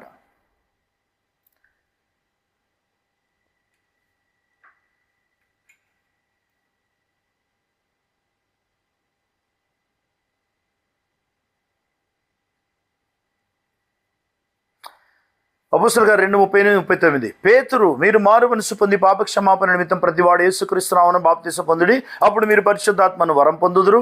ఈ వాగ్దానం మీకును మీ పిల్లలకును దూరస్తులందరికీ అనగా ప్రభువైన మన దేవుడు తన యొద్దకు పిలిచిన వారికి అందరికీ చెందునని వారితో చెప్పారు. అందరికీ ఇదే రూల్ అట. యేసుక్రీస్తు నామమున బాప్తిస్మము, పరిశుద్ధాత్మ బాప్తిస్మం. బాప్తిజం నీటి బాప్తిస్మం అంటే ఒకటి నీళ్ళలో మునగడం కాదు, తండ్రి కుమార పరిశుద్ధాత్మ బిరుదుల్లో పొందడం కాదు, లేదా జెండ కింద వెళ్ళి పొందడం కాదు, గంట కొట్టి పొందడం కాదు కదా. ఇవన్నీ ఉన్నాయి, కొత్తవి. స్ప్రింక్లింగ్ బ్యాప్టిజం ఉంది ఒకటి. కొన్ని నీళ్ళు ఇలా చల్లితే అది బ్యాప్టిజం అంటాడు. బ్యాప్టిజం అంటే ముంచబడుట, నీళ్ళల్లో ముంచబడితే అది బ్యాప్టిజం. బ్యాప్టైజో అనే పదం నుంచి వచ్చింది అది. మరి ముంచబడటం కన్నా ఇంత చిలకరింపు కూడా బ్యాప్టిజమే అవుతుందా? చిలకరింపు గిలకరింపు అది బ్యాప్టిజం కాదు. ఇమ్మర్షన్ అది కూడా యేసు నామంలో కాదు, యేసుక్రీస్తు ప్రభు అయిన యేసుక్రీస్తు నామంలో జరగాలి. ఎందుకంటే యేసులు చాలామంది ఉంటారు. మనం ఒక లెటర్ రాస్తే ఏ పేరు పెట్టినా పోతుంది కానీ చెత్తపొట్లోకి వెళ్తుంది, అంతటి అన్ని కావలసిన చోటికి వెళ్ళదు. ఇది కూడా అంతే. ఒక ఫోన్ నెంబర్, ఒక నంబర్ మిస్ అయితే ఎక్కడో పోద్ది, ఫోను సంబంధం డైరెక్షన్కి వెళ్ళిపోద్ది, ఎవరికో వెళ్ళిపోతుంది. అటువంటిది దేవుడు మనకు దేవునికి అన్నీ తెలుసులే అని అంటే కాదు. నీకు లేఖనాలు తెలిసినప్పుడు తెలిసిన లేఖనాల ప్రకారము బ్యాప్టిజం పొందాలి. తెలిసిన లేఖనాల ప్రకారమే పరిశుద్ధాత్మ బాప్తిసం పొందాలి. చూడండి, మనము రక్షణ పొందాము, యేసుక్రీస్తు కాడి ఎత్తుకున్నాం. మరి సాతాను కాడి విరిగిపోవాలి కదా. అది విరగకుండా అలాగే ఉంది అంటే నువ్వు అభిషేకించబడలేదని అర్థం. ఎందుకంటే ప్రభుని యేసుక్రీస్తు బాప్తిసం పొందిన తర్వాత పరిశుద్ధాత్మ బాప్తిసం పొందుకున్నాడు. అపోస్తలులు బాప్తిసం పొందిన తర్వాత పెంతెకొస్తు దినమున పరిశుద్ధాత్మ బాప్తిసం పొందుకున్నారు. ఇప్పుడు ఇది మీకును మీ పిల్లలకును దూరస్తులందరికీ చెందును. ఈ వాగ్దానం మీకును మీ పిల్లలకును దూరస్తులందరికీ మన ప్రభు అయిన దేవుడు తన యొద్దకు పిలిచిన వారికి అందరికీ ఇదే రూల్ అన్నాడు, ఇదే నియమం. యేసుక్రీస్తు నామమున బాప్తిస్మము, ఆ తర్వాత పరిశుద్ధాత్మ బాప్తిస్మం, యేసుక్రీస్తు యొక్క ఆత్మ ద్వారా బాప్తిస్మం. ఇది డాక్టర్ ప్రిస్క్రిప్షన్. పేతురు అనే డాక్టర్ ఇచ్చిన ప్రిస్క్రిప్షన్ మనకు. ఈ ప్రకారం పోతేనే మందులు, సరైన మందులు దొరుకుతాయి.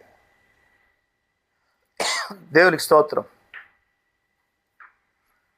కాబట్టి ఇక్కడ ఈ అనాయింటింగ్ అనేది పరిశుద్ధాత్మ అభిషేకం.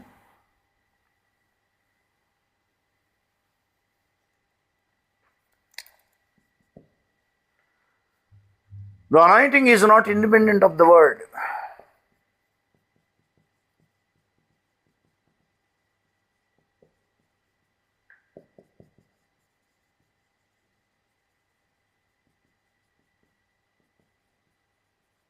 వాక్యానికి దూరంగా ఉన్నది కాదు. అంటే అనాయింటింగ్ అనేది వాక్యముతో లింక్ అయి ఉన్నది. బ్రైడ్స్ అనాయింటింగ్ ఈజ్, ప్రవక్త అంటున్నాడు, మన ద ఎండ్ టైమ్ బ్రైడ్కు అనాయింటింగ్ ఏంటంటే the anointing with the bride. Christ is the mystery of God revealed అనే వర్తమానంలో 63:07-28 అందులో he speaks of the anointing of the word. చూడండి, ఆయన అంటున్నాడు the brides anointing with the word. Brides anointing,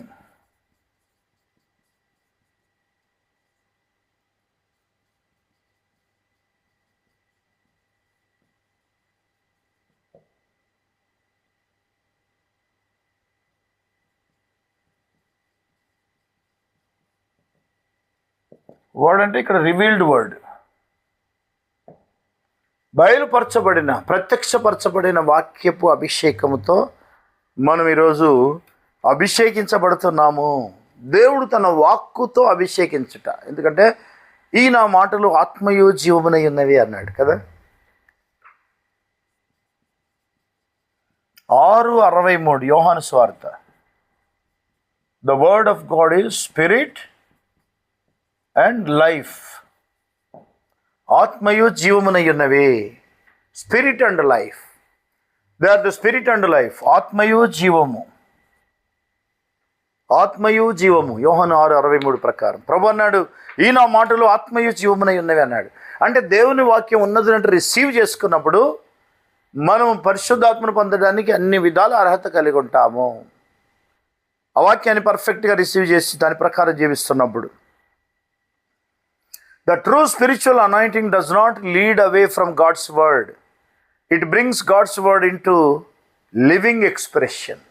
చూసారా, ఒక నిజమైన అభిషేకం మన మీదకి వచ్చిందంటే మనము ఆ వాక్యము సజీవంగా మన జీవితంలో నెరవేరడమే, మనం దాన్ని నెరవేరుస్తాము. Word into living expression. వాక్యం మన జీవితంలో నెరవేరుట, మనం వాక్యంగా ప్రకారమే జీవిస్తాం.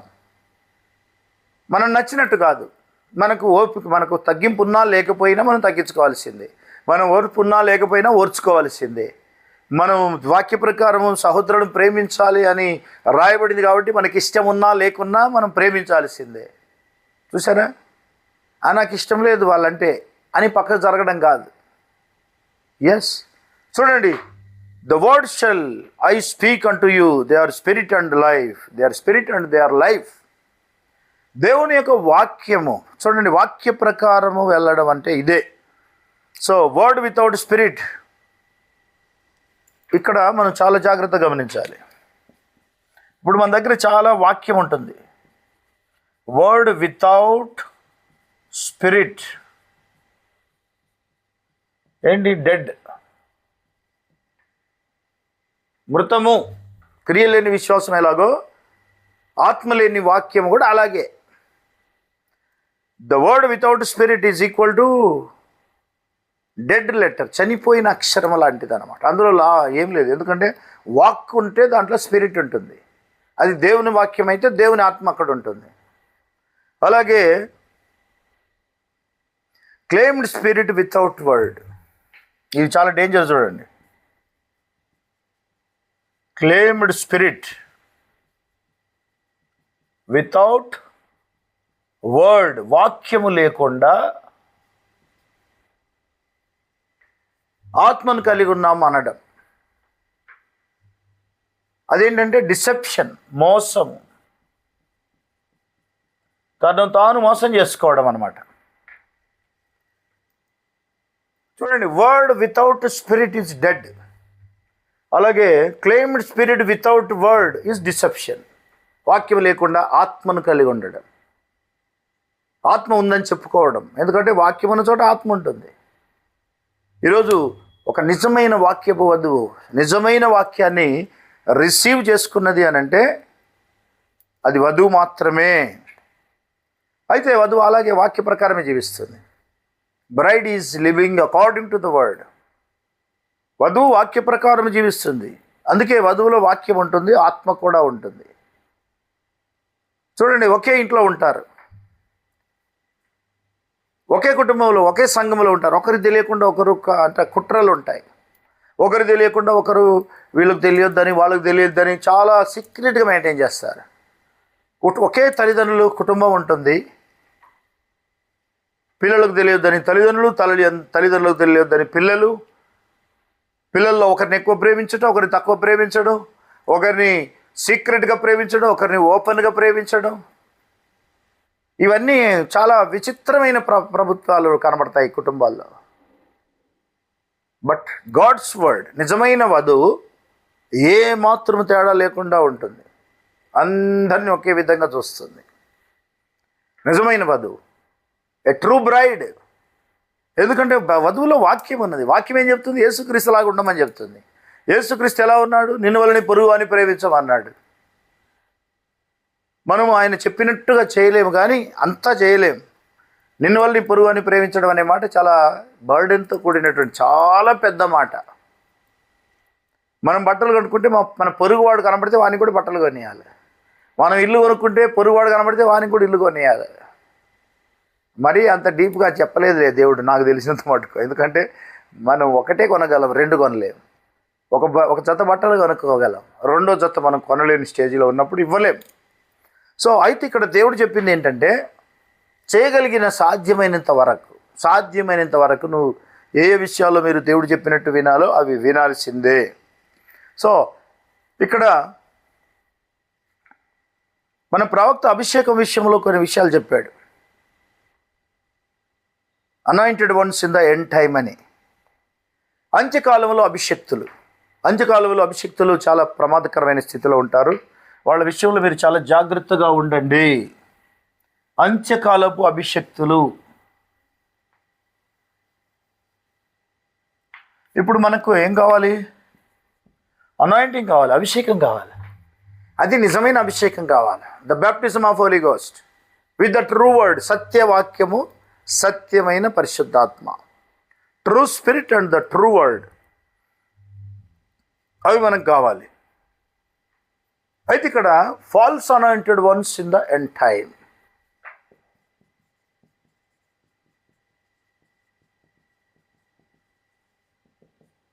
ఫాల్స్ అనాయింటింగ్ గురించి బైబిల్ ఏం చెప్తుంది? మత్తయి సువార్త 24:24.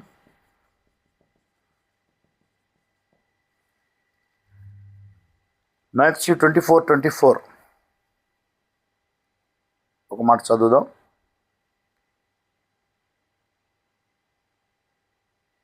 అబద్ధపు క్రీస్తులు, అబద్ధపు ప్రవక్తలను వచ్చి సాధ్యమైతే ఏర్పరచబడిన వారిని సైతం మోసపరచుటకై గొప్ప సూచక్రియలను మహత్కార్యములను కనబరచెదరు. ఇదిగో నేను మీతో చెప్పి ఉన్నాను, ముందుగా మీతో చెప్పి ఉన్నాను, కాబట్టి జాగ్రత్తగా ఉండండి అన్నాడు. అబద్ధపు క్రీస్తులు, ఫాల్స్ అనాయింటెడ్. చూడండి, అనాయింటింగ్ విషయంలో ఒకటి ట్రూ అనాయింటింగ్, ఇంకొకటి ఫాల్స్ అనాయింటింగ్. కానీ అనాయింటింగే. ఎంత డేంజరో చూడండి. మీరు ఆలోచిస్తే అభిషేకం ఎక్కడి నుంచి వస్తుంది? ఓన్లీ దేవుడి నుంచి వస్తుంది. ఈ అనాయింటింగ్, ట్రూ అనాయింటింగ్, నిజమైన విశ్వాసి మీద పనిచేస్తుంది. ఇది ఫాల్స్ అనాయింటింగ్, అబద్ధ విశ్వాసుల మీద పనిచేస్తుంది. ఇది అయితే ఇది ఫర్ అనాయింటింగే. This is also anointing. 2 Thessalonians 2:10 ఈ మాట రాయబడింది, చూద్దాము.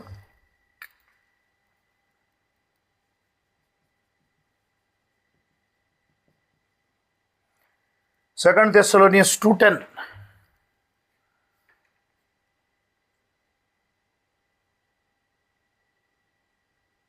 దుర్నీతిని పుట్టించు సమస్త మోసముతోనూ నశించుచున్న వారిలో సాతాను కనబర్చు బలమును అనుసరించి ఉండును. ఇందుచేత సత్యమును నమ్మక దుర్నీతి యందు అభిలాష కలవారందరూ శిక్షావిధి పొందుటకై అబద్ధమును నమ్మునట్లు మోసం చేయ శక్తిని దేవుడు వారికి పంపుతున్నాడు. బేసిక్గా వాళ్ళ హార్ట్ సరైంది కాదు. వాళ్ళకేదో ఉంది లోపల, మేము గొప్ప వాళ్ళం కావాలనో, మేము కొత్త బోధ చేయాలనో, లేదా ఇంకా డిఫరెంట్గా బిహేవ్ చేయాలని వాళ్ళకి తెలియకుండానే వాళ్ళ లోపల ఒకటి ఉంది, ఒక నేచర్ ఉన్నది. అబద్ధమును నమ్మే నేచర్ ఉంది వాళ్ళ లోపల. సత్యం నమ్మే నేచరు లోకం పుట్టక మునిపే సత్యమే ఉంటుంది వాళ్ళ లోపల. అబద్ధం నమ్మేవాడికి అబద్ధం. చూడండి, అభిషేకము ఇది false anointing. It comes from God. దేవుడి నుంచి అభిషేకం వస్తుంది. ఇది ట్రూ అనాయింటింగ్, ట్రూ బ్రైడ్, నిజమైన వధువు మీదకి వస్తుంది. ఇక్కడ ఫాల్స్ చర్చ్, అబద్ధపు సంఘం మీదకి అబద్ధపు అభిషేకం వస్తుంది. వాళ్ళు ఎన్ టైంలో కూడా ఉండొచ్చు. వాళ్ళు ఎన్ టైంలో ఉన్నా, ఏ టైంలో ఉన్నా సరే, anointing is from God. But నిజమైన విశ్వాసం మీదకి నిజమైన అభిషేకం వస్తుంది, అబద్ధపు విశ్వాసాల మీదకి అబద్ధపు అభిషేకం వస్తుంది. వాళ్ళ లోపల ఉన్నదే అది. వాళ్ళు అదే గుంజుకోగలుగుతారు, అదే స్వీకరించగలుగుతారు, అబద్ధమే నమ్మునట్లు. ఎందుకంటే దుర్నీతి, సత్యము నమ్మక దుర్నీతి యందు అభిలాష గలవారు అబద్ధాన్ని స్ప్రెడ్ చేయడానికి వాళ్ళు అభిషేకించబడుతున్నారు. Falls anointed once. ప్రవక్త ఏం చెప్పాడో దానికి భిన్నంగా చెప్పడం ఈ కాలంలో ఎండ్ టైమ్ మెసేజ్కి వచ్చేసరికి. So when the Lord is saying, when the prophet is saying something, the church is saying something. ప్రవక్త చెప్తున్నది ఒకటి, సంఘం చెప్తున్నది ఒకటి. మరి ఇప్పుడు ప్రవక్త చెప్పింది ర్యాప్చర్ విషయంలో కానీ, లేదా గిఫ్ట్స్ ఆఫ్ హోలీ గోస్ట్, లేదా ద మినిస్ట్రీ ఏదైనా first pull, second pull, third పుల్లో, ఈ 3 ఈడుపుల్లో కూడా ప్రవక్త తన వరుస, తన క్రమము, తన పద్ధతి, దేవుడు ఏం బయలుపరిచాడో అవి చెప్పుకుంటూ వచ్చాడు. ఆయన నేను సెకండ్ కమింగ్ గురించి ఎదురు చూస్తున్నానని చివరి రోజు వరకు చెప్పుకుంటూ వచ్చాడు. ఒకవేళ ఆయన వచ్చాడు అని ఎవరైనా చెప్తే వాళ్ళు అబద్ధికులు అని కూడా చెప్పాడు ఆయన. ఎందుకంటే ఆయన రాకడ ఎవరికి తెలియదు అన్నాడు. ఆయన వచ్చే రాకడ ఎవరికి తెలియదు. 7వ దూత దగ్గరికి వచ్చి వర్తమానం ఇచ్చి 7 ముద్రల గ్రంథం ఇచ్చే రాకడ మాత్రం that is called coming of the lord అన్నాడు. కానీ it was not the second coming. అది సెకండ్ కమింగ్ కాదు. సెకండ్ కమింగ్ అంటే వధువును తీసుకుని పోయేది. 4వ ముద్రలో రాయబడినట్టు. అలాగే ఈ అభిషేకము చూడండి, వర్షం గురించి మనకు తెలుసు. రెయిన్ ఎవరి మీద పడుతుంది? All people. మంచి వాళ్ళ మీద, చెడ్డ వాళ్ళ మీద, మంచి చెట్ల మీద, చెడ్డ చెట్ల మీద, లేదా ముళ్ళ చెట్లు, పండ్ల చెట్లు ఉంటాయి. రెండింటి మీద ఒకే వర్షం పడుతుంది. Anointing is the same anointing. అది భేదం ఎక్కడుంది? విత్తనంలో భేదం ఉంది. వాళ్ళు రాంగ్ సీడ్ కాబట్టి రైట్గా ఉండలేరు. అర్థమవుతుంది? వాళ్ళు సీడ్ కానప్పుడే వాళ్ళలో భక్తి అనేది నిలవదు. వాళ్ళు ఎంత ట్రై చేసినా నిలవదు. If they are the seed of God, వాడు దేవుని యొక్క విత్తనం అయితే వాళ్ళలో భక్తి నిలబడుతుంది. వాళ్ళు ఎవ్వరు దాన్ని కాదనలేరు. వాళ్ళు విత్తనం కానప్పుడే వాళ్ళలో భక్తి ఉండదు. విత్తనం అయితే విత్తనానికి సంబంధించిన అనాయింటింగ్ పొందుకుంటారు. They will receive the true anointing. నిజమైన భక్తి, నిజమైన విశ్వాసం, నిజమైన రక్షణ, నిజమైన నడిపింపు వీళ్ళ లోపల ఉంటుంది. అదే ఫాల్స్ సీడ్ అయితే ఆ భక్తి ఉండదు, పైకి భక్తి ఉంటుంది, లోపల దేవుని శక్తిని ఆశ్రయించారు. రెండవది, అభిషేకం విషయానికి వస్తే ఫాల్స్ అనాయింటింగే వాళ్ళ మీద పడుతుంది. పడేది దేవుని నుంచే వస్తుంది. చూడండి, గమనించండి. సత్యం నమ్మకపోతే అబద్ధము నమ్మే ఆత్మను కుమ్మరిస్తానన్నాడు. సత్యం నమ్మకపోతే, ఇది మనుషులు చెప్పేది కాదు, దేవుడు ప్రవక్త చెప్పిన మాట. So false anointing ones in the end time. అంత్యకాలములో అబద్ధమును నమ్మే అభిషక్తులు వస్తారు. అభిషక్తులు యేసులు కాదు, Christ anointed ones, false anointed ones. అబద్ధము చేత అభిషేకించబడిన వారు ఎక్కువ ప్రభావం చూపుతారు.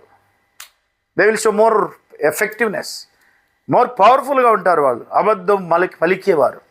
ఎందుకంటే అబద్ధం కాబట్టి గట్టిగా చెప్పాల్సి వస్తుంది. నిజాన్నే మనం గట్టిగా చెప్పాలి, అబద్ధం అయితే ఇంకా గట్టిగా చెప్పాలి, నమ్మాలి కాబట్టి. సో ఈ గట్టిగా బలంగా ప్రభావంతో చెప్పినట్టుగా కనబడి, అద్భుతాలు సూచక్రియలతో చెప్పినట్టు కనబడే ఈ అభిషేకము ఫాల్స్ అనాయింటింగ్. ఎందుకంటే అక్కడ వాక్యానికి చోటు లేదు, వాక్యానికి చోటు లేదు, సీడ్ అనేది ఉండదు, ఆ రివీల్డ్ వర్డ్ అనేది వాళ్ళ లోపల కనబడదు. ప్రవక్త అంటున్నాడు, అంత్యకాలంలో there can be genuine spiritual anointing associated with people whose teaching is nevertheless false. ప్రవక్త ఏం చెప్తున్నాడంటే, the word and the fruit not simply by super natural manifestations. మరి పరిశుద్ధాత్మ లేదా ఆ నిజమైన అనాయింటింగ్ వారి మీద ఉన్నది అనడానికి గుర్తు ఏంటంటే, వాళ్ళు చేసే అద్భుతాలు, సూపర్ న్యాచురల్ సూచక్రియలు, అద్భుతాలు సూచక్రియలే కాదు. మరి మత్తయి సువార్తలో 7వ అధ్యాయంలో చెప్పబడినట్టు fruits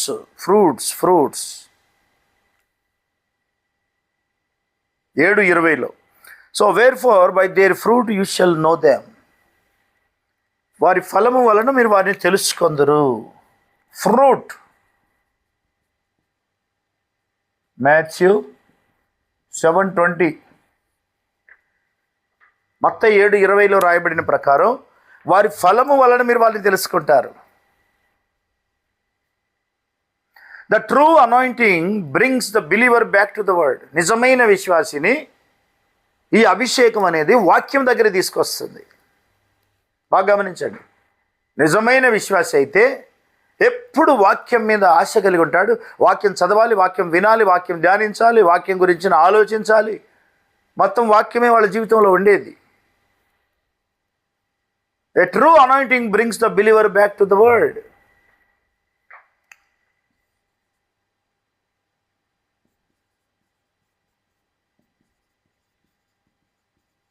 Believer back to the word. True believer వాక్యం వైపుకి వచ్చేస్తాడు. నిజంగా అభిషేకం ఆ వ్యక్తి మీద ఉంటే ఆ అభిషేకం ఏం చేస్తుంది? ఆ మనిషిని వాక్యం దగ్గర తీసుకొస్తుంది, నిజమైన వాక్యం దగ్గర తీసుకొస్తుంది. వాక్యం కొరకు థర్స్ట్, దాహం కలిగి ఉంటుంది. వాక్యం మీద దాహం లేదు, వాక్యం చదవాలన్న మనసు లేదు, వాక్యం చదివే టైం లేదు, వాక్యం మీద ప్రభావం లేదు, వాక్యం గురించిన ఆలోచనలు లేవు అని అంటే దాని అర్థం ఏంటి? వాళ్ళు విత్తనమే కాదు, వాళ్ళ మీద అభిషేకం లేదు, సరైన అభిషేకం లేదు, ఫాల్స్ అనాయింటింగ్ ఉంది. ఒకవేళ వాళ్ళు సేవకులైనా సరే వాక్యం దగ్గరికి వాళ్ళు రాకపోతే, వాక్య ప్రకారమే ఉండడానికి వాళ్ళు ప్రయత్నం చేయలేదనుకో, మనకు అదే రుజువు. What is the evidence? Evidence of the Holy Ghost is the fruit, not is the gift, not even the gift. ఇప్పుడు చూడండి, హోలీ గోస్ట్ ఒకటి ఫ్రూట్, ఇంకోటి గిఫ్ట్. ఈ ఫ్రూట్ ఈజ్ ద ఎవిడెన్స్ అన్నాడు. గిఫ్ట్ ఉండొచ్చు, gift comes from outside, మరి fruit comes from inside, లోపల నుంచి వస్తుంది ఫ్రూట్, ఫలం, మనిషి ఫలించే విధానం. ఎందుకంటే the Holy Ghost who inspires the word will never contradict the word he inspired. వాక్యము ఇంకొక వాక్యంతో ఎప్పుడు పోటీ పడదు. వ్యతిరేకంగా మాట్లాడదు. ఎందుకంటే అదే హోలీ గోస్ట్. ఎక్కడ వాక్యం ఎక్కడున్నా ఆ వాక్యానికి సరిపోతుంది, లేదా దాన్ని అర్థం చేసుకునే విధానంలో ఉంటుంది.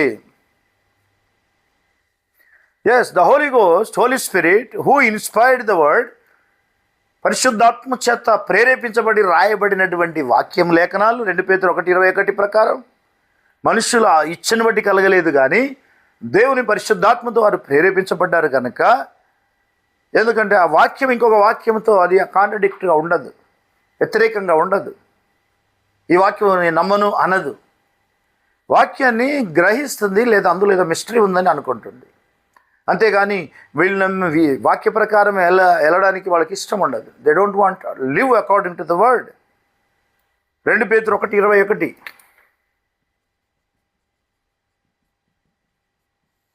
2 Peter 1:21, holy men of God spake as they were moved by the Holy Ghost. పరిశుద్ధులైన వారు, పరిశుద్ధులైన సేవకులు పరిశుద్ధాత్మ చేత ప్రేరేపించబడినప్పుడు ఈ వాక్యం రాయబడింది. కాబట్టి రాయబడిన వాక్యం పరిశుద్ధాత్మతో రాయబడింది. అంగీకరించేవాడు కూడా పరిశుద్ధాత్మతో అంగీకరిస్తాడు తప్పకుండా.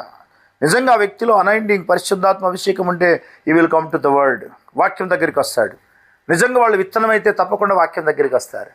నిజంగా వాళ్ళు దేవుని వధువు అయితే వాళ్ళు ఎట్టి పరిస్థితుల్లో వాళ్ళు వాక్యం అంటే ఇష్టపడతారు, వాక్యం చదువుతారు, వాక్యం వింటారు, వాక్యం ధ్యానిస్తారు. వాక్యం మీద విపరీతమైన ఆశ, ఆకలి వచ్చేస్తుంది. ఎందుకంటే వాక్యమే ఆత్మ కాబట్టి. ప్రభువే ఆత్మ. ఈ నా మాటలు ఆత్మయు జీవమునై ఉన్నవి, స్పిరిట్ అండ్ లైఫ్. మన లైఫే మన వాక్యమై ఉండాలి.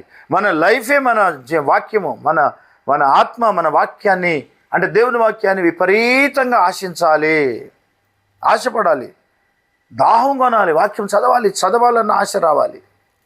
వాక్యం చదవలేదనుకో, ఆ వాక్యం మీద ఆశ లేదనుకో, నీకు సంథింగ్ రాంగ్, ఎక్కడో లోపం ఉన్నట్టే, నో డౌట్. అందులో లోకం మీద నీకున్న ఆశ దేవుని వాక్యం మీద లేదు అని అంటే నువ్వు ఆ ఏర్పాట్లు లేవని దాని అర్థం. నీకు ఆ ఇంట్రెస్ట్కి రాలేదు. అంటే నువ్వు వాక్యం వైపుకు తిరగలేదన్నమాట. తిరగాలి అంటే అనాయింటింగ్ రావాలి నీ మీదికి. నిజమైన విత్తనం అనాయింటింగ్ పొందుకుంటుంది, లేట్ చేయదు. ఏ రోజుకి ఆ రోజు వాక్యం వైపు తిరుగుతుంది. ఎందుకంటే ఏ రోజు ఆ రోజే అన్నాడు కదా life.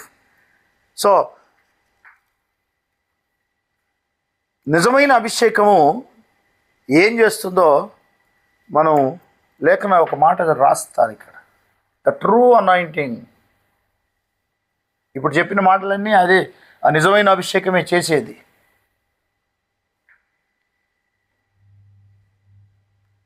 The genuine anointing.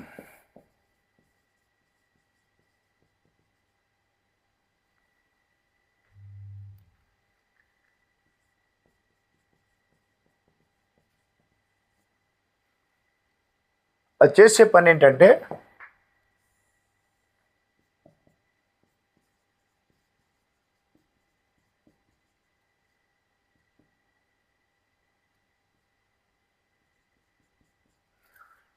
The anointing reveals Christ. క్రీస్తును బయలుపరుస్తుంది అభిషేకం. అంటే యేసుక్రీస్తు ఎవరో మొదట తెలుసుకుంటాం మనం. ఓకే. అలాగే కన్ఫర్మ్స్ ద వర్డ్.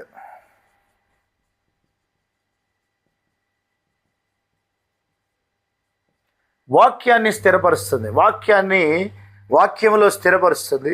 వాక్యాన్ని మన జీవితంలో స్థిరపరుస్తుంది అభిషేకం అనేది. నిజంగా మనం విశ్వాసులమైతే వాక్యంలో స్థిరపడిపోతాం. అలాగే ప్రొడ్యూసెస్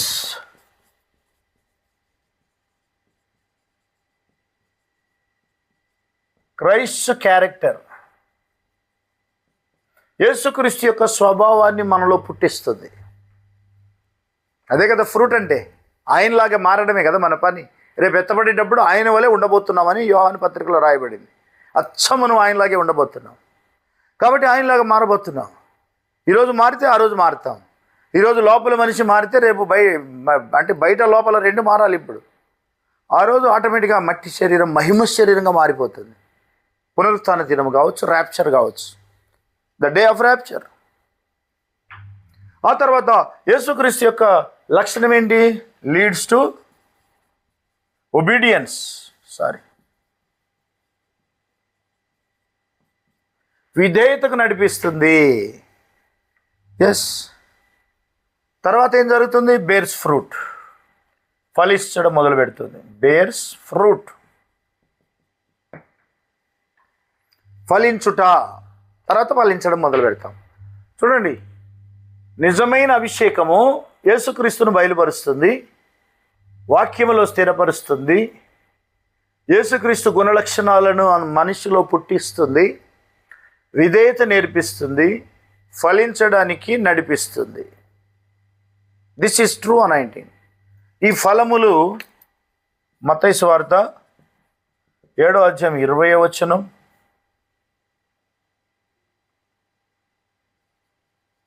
గలతీ పత్రిక 5వ అధ్యాయం 22వ వచనం. ఇందులో గిఫ్ట్స్ కూడా ఉంటాయి. గిఫ్ట్స్ ఫ్రమ్ అవుట్ సైడ్, లోకం పుట్టక మునిపే వచ్చేవి. ఫలం అయితే మనలో నుంచి ఇప్పుడు ప్రొడ్యూస్ అవ్వాలి. మనలో నుండి ఒక చెట్టు మనం అయితే ఆ చెట్టు ఫలాలు రావాలి. ఫలము లేని చెట్టులాగా ఉండకూడదు. మనం దేవుని కొరకు ఫలించుట అనేది ఇక్కడ సబ్జెక్ట్. పెంతెకోస్తు దినం చూడండి, మనము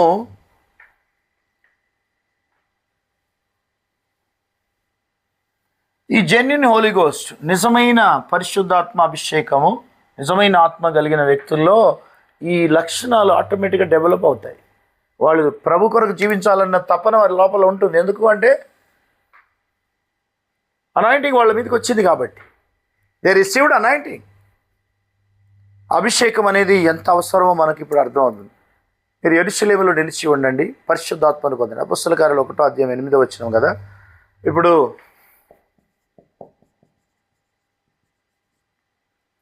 ఐజయా 10:27, అలాగే యాక్ట్స్ 2:1-4, అపొస్తలుల కార్యాలు 2వ అధ్యాయం 1 నుంచి 4 వచనాలు,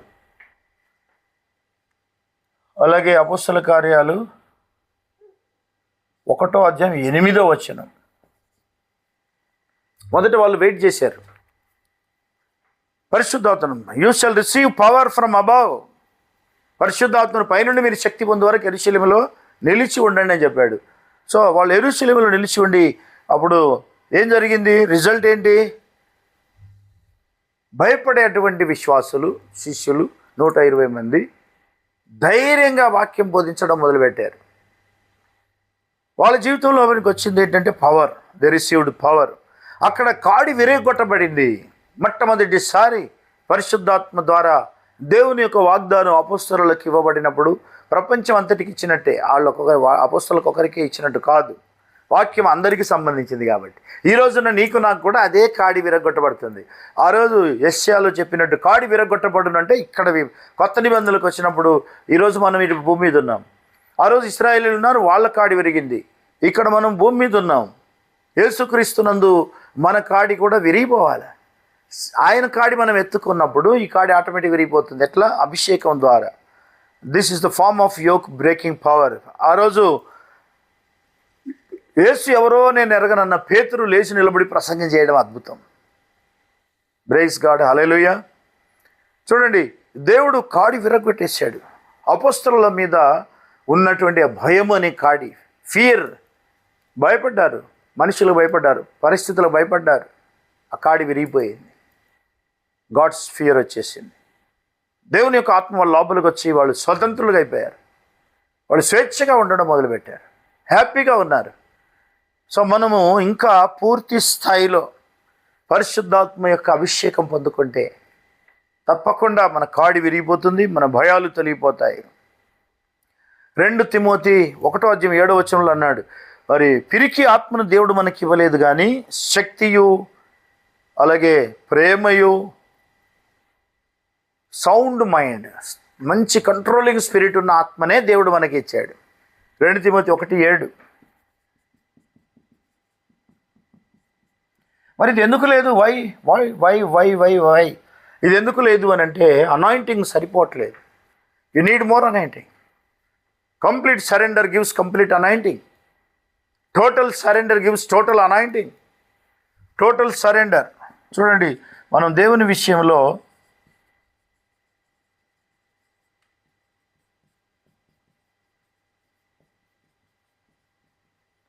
టోటల్ అనాయింటింగ్,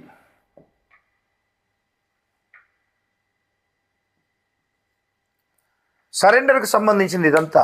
కంప్లీట్గా సరెండర్ అయ్యి దేవునికి సమర్పించుకొని పూర్తిగా దేవుని మీద ఆధారపడగలిగినప్పుడు ఈ అభిషేకం మనల్ని చూడండి, ఆ సరెండర్ అభిషేకానికి నడిపిస్తుంది. ఈ అభిషేకం కాడి విరగొట్టేస్తుంది. So anointing will break the yoke.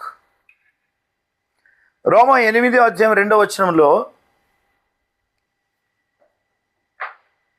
క్రీస్తు మనల్ని స్వతంత్రులుగా చేసి ఉన్నాడు. ధర్మశాస్త్రం యొక్క ఆ కాడి నుండి మనల్ని విడిపించాడు. ధర్మశాస్త్రం ఒకప్పుడు పెద్ద కాడి, ఇనుప కాడి ఇశ్రాయేలీలకు. దాని ద్వారా వాళ్ళు నష్టపోయారు కానీ లాభపడలేదు, మేలు పొందలేదు. మరి ప్రభువైన యేసుక్రీస్తు వచ్చి మనకు ఆ కాడి విరగొట్టాడు. ఆ రోజు వాగ్దానం చేయబడిన ప్రకారమే ఇప్పుడు రోమపత్రిక 8:1-2 చూస్తే కాడి విరిగిపోయింది. ఇప్పుడు మనం క్రీస్తునందు స్వతంత్రులమే. ఆ కాడి దేవుడు విరగొట్టేశాడు, ధర్మశాస్త్రము కాడి. ఇంకా రకరకాల కాడులు ఉన్నాయి, అవన్నీ యోక్ ఈజ్ డిస్ట్రాయిడ్. పాప మరణముల నియమాలన్నీ కంట్రోల్ చేయబడ్డాయి. గలతీ 5:27. ఇంకా ఇక్కడ మనం గలేషియన్స్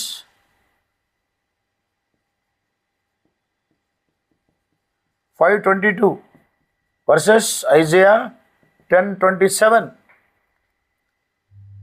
ఆ రోజు కాడి విరగొడతాడు అని దేవుడు చెప్పినప్పుడు మరి ఆ కాడి ఎందాకొచ్చింది? మెల్లమెల్లగా మన దగ్గరికి వచ్చి కాడి, మన మీద ఉన్న కాడి కూడా విరగొట్టబడి గలతీ 5:22-23 ప్రేమ, సంతోషం, సమాధానం ఇవన్నీ మన లోపలికి రావడం విశేషం. 5 ఆత్మఫలాలు, ఫ్రూట్ ముఖ్యం కదా. Fruit is important, which is the evidence of holy ghost. పరిశుద్ధాత్మకు గుర్తు ఏంది? ఫలం, క్రియలు. దేవునికి మహిమ కలుగును గాక.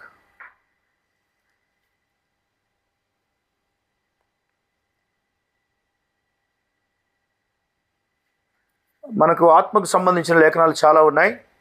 ఇంకా యెషయా గ్రంథము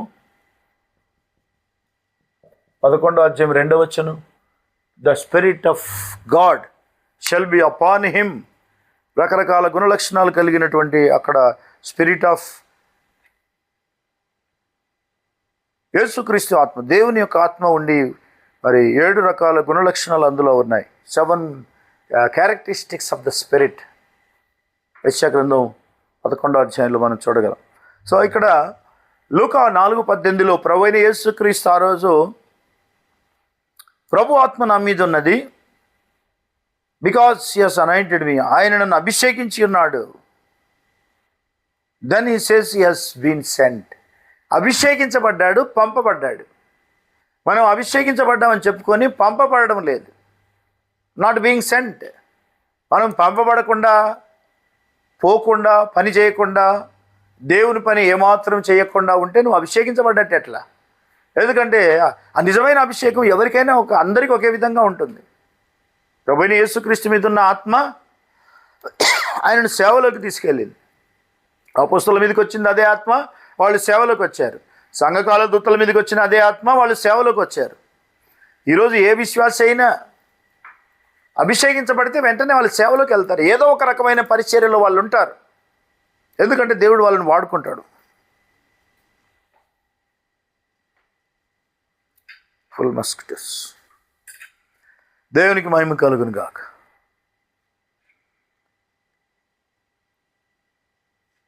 ఇంకొక ప్రమాదకరమైన సూచన కూడా ఉంది. అదేంటంటే ఇప్పటికే టైం ఎక్కువైపోయింది, మనకు కొంత డిలే జరిగింది. Yes, the anointing does not make you independent of God. అది చాలా ఇంపార్టెంట్. ఇది ఒక మాట చెప్పి నేను ముగిస్తాను. లేట్ అయిందని మీరు బాధపడకండి, దుఃఖపడకండి, ఏడవకండి. చూడండి, దేవుని వాక్యం కొరకు ఏడవండి. ఒక 5 నిమిషాలు ఒకవేళ లేట్ అయితే మీకు పనులు ఉంటే మీరు మీ పనులు చేసుకోండి, మళ్ళీ తర్వాత వినండి.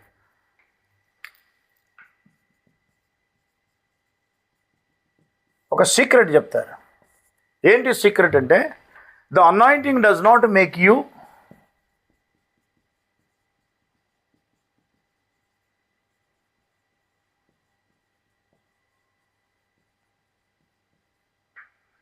independent of God. దేవుడు లేని పరిస్థితి నీకు తీసుకురాదు. అంటే నీకు దేవుడు నాకు అక్కర్లేదు, నా మీద అభిషేకం ఉంది అనడానికి వీల్లేదు. ఎందుకంటే అభిషేకం దేవుంది కాబట్టి. దేవుడు లేని అభిషేకం అనేది ఉండదు.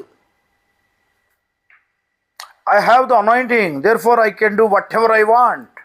నా మీద అభిషేకం ఉంది కాబట్టి నేను ఏం చెప్పినా నడుస్తుంది, నేను ఏమైనా చేయగలను అని అనొచ్చా? No, you are not independent of God, you are dependent of God. నువ్వు దేవుని మీద ఆధారపడ్డావు. యేసుక్రీస్తు లేకుండా మనం ఏమీ చేయలేము. Though anointed by the spirit he said, 5:30 యోహాను సువార్తలు అంటాడు, I can of mine own self do nothing. నా అంతటి నేను ఏమీ చేయడం లేదు, ప్రభువైన యేసుక్రీస్తు చెప్పాడు. సో మనం దేవునికి దూరంగా ఉండి ఏం చేయలేం. John 8:28, I do nothing of myself, but as my Father has taught me. So ఆత్మ మనల్ని నడిపిస్తున్నాం కదా. ఆత్మ ఎవరు? దేవుడు. మనం మనుషులం. The spirit of God is leading us. Close ఉందా? సో దేవునికి మహిమ కలుగునాక. ఇంకా మనం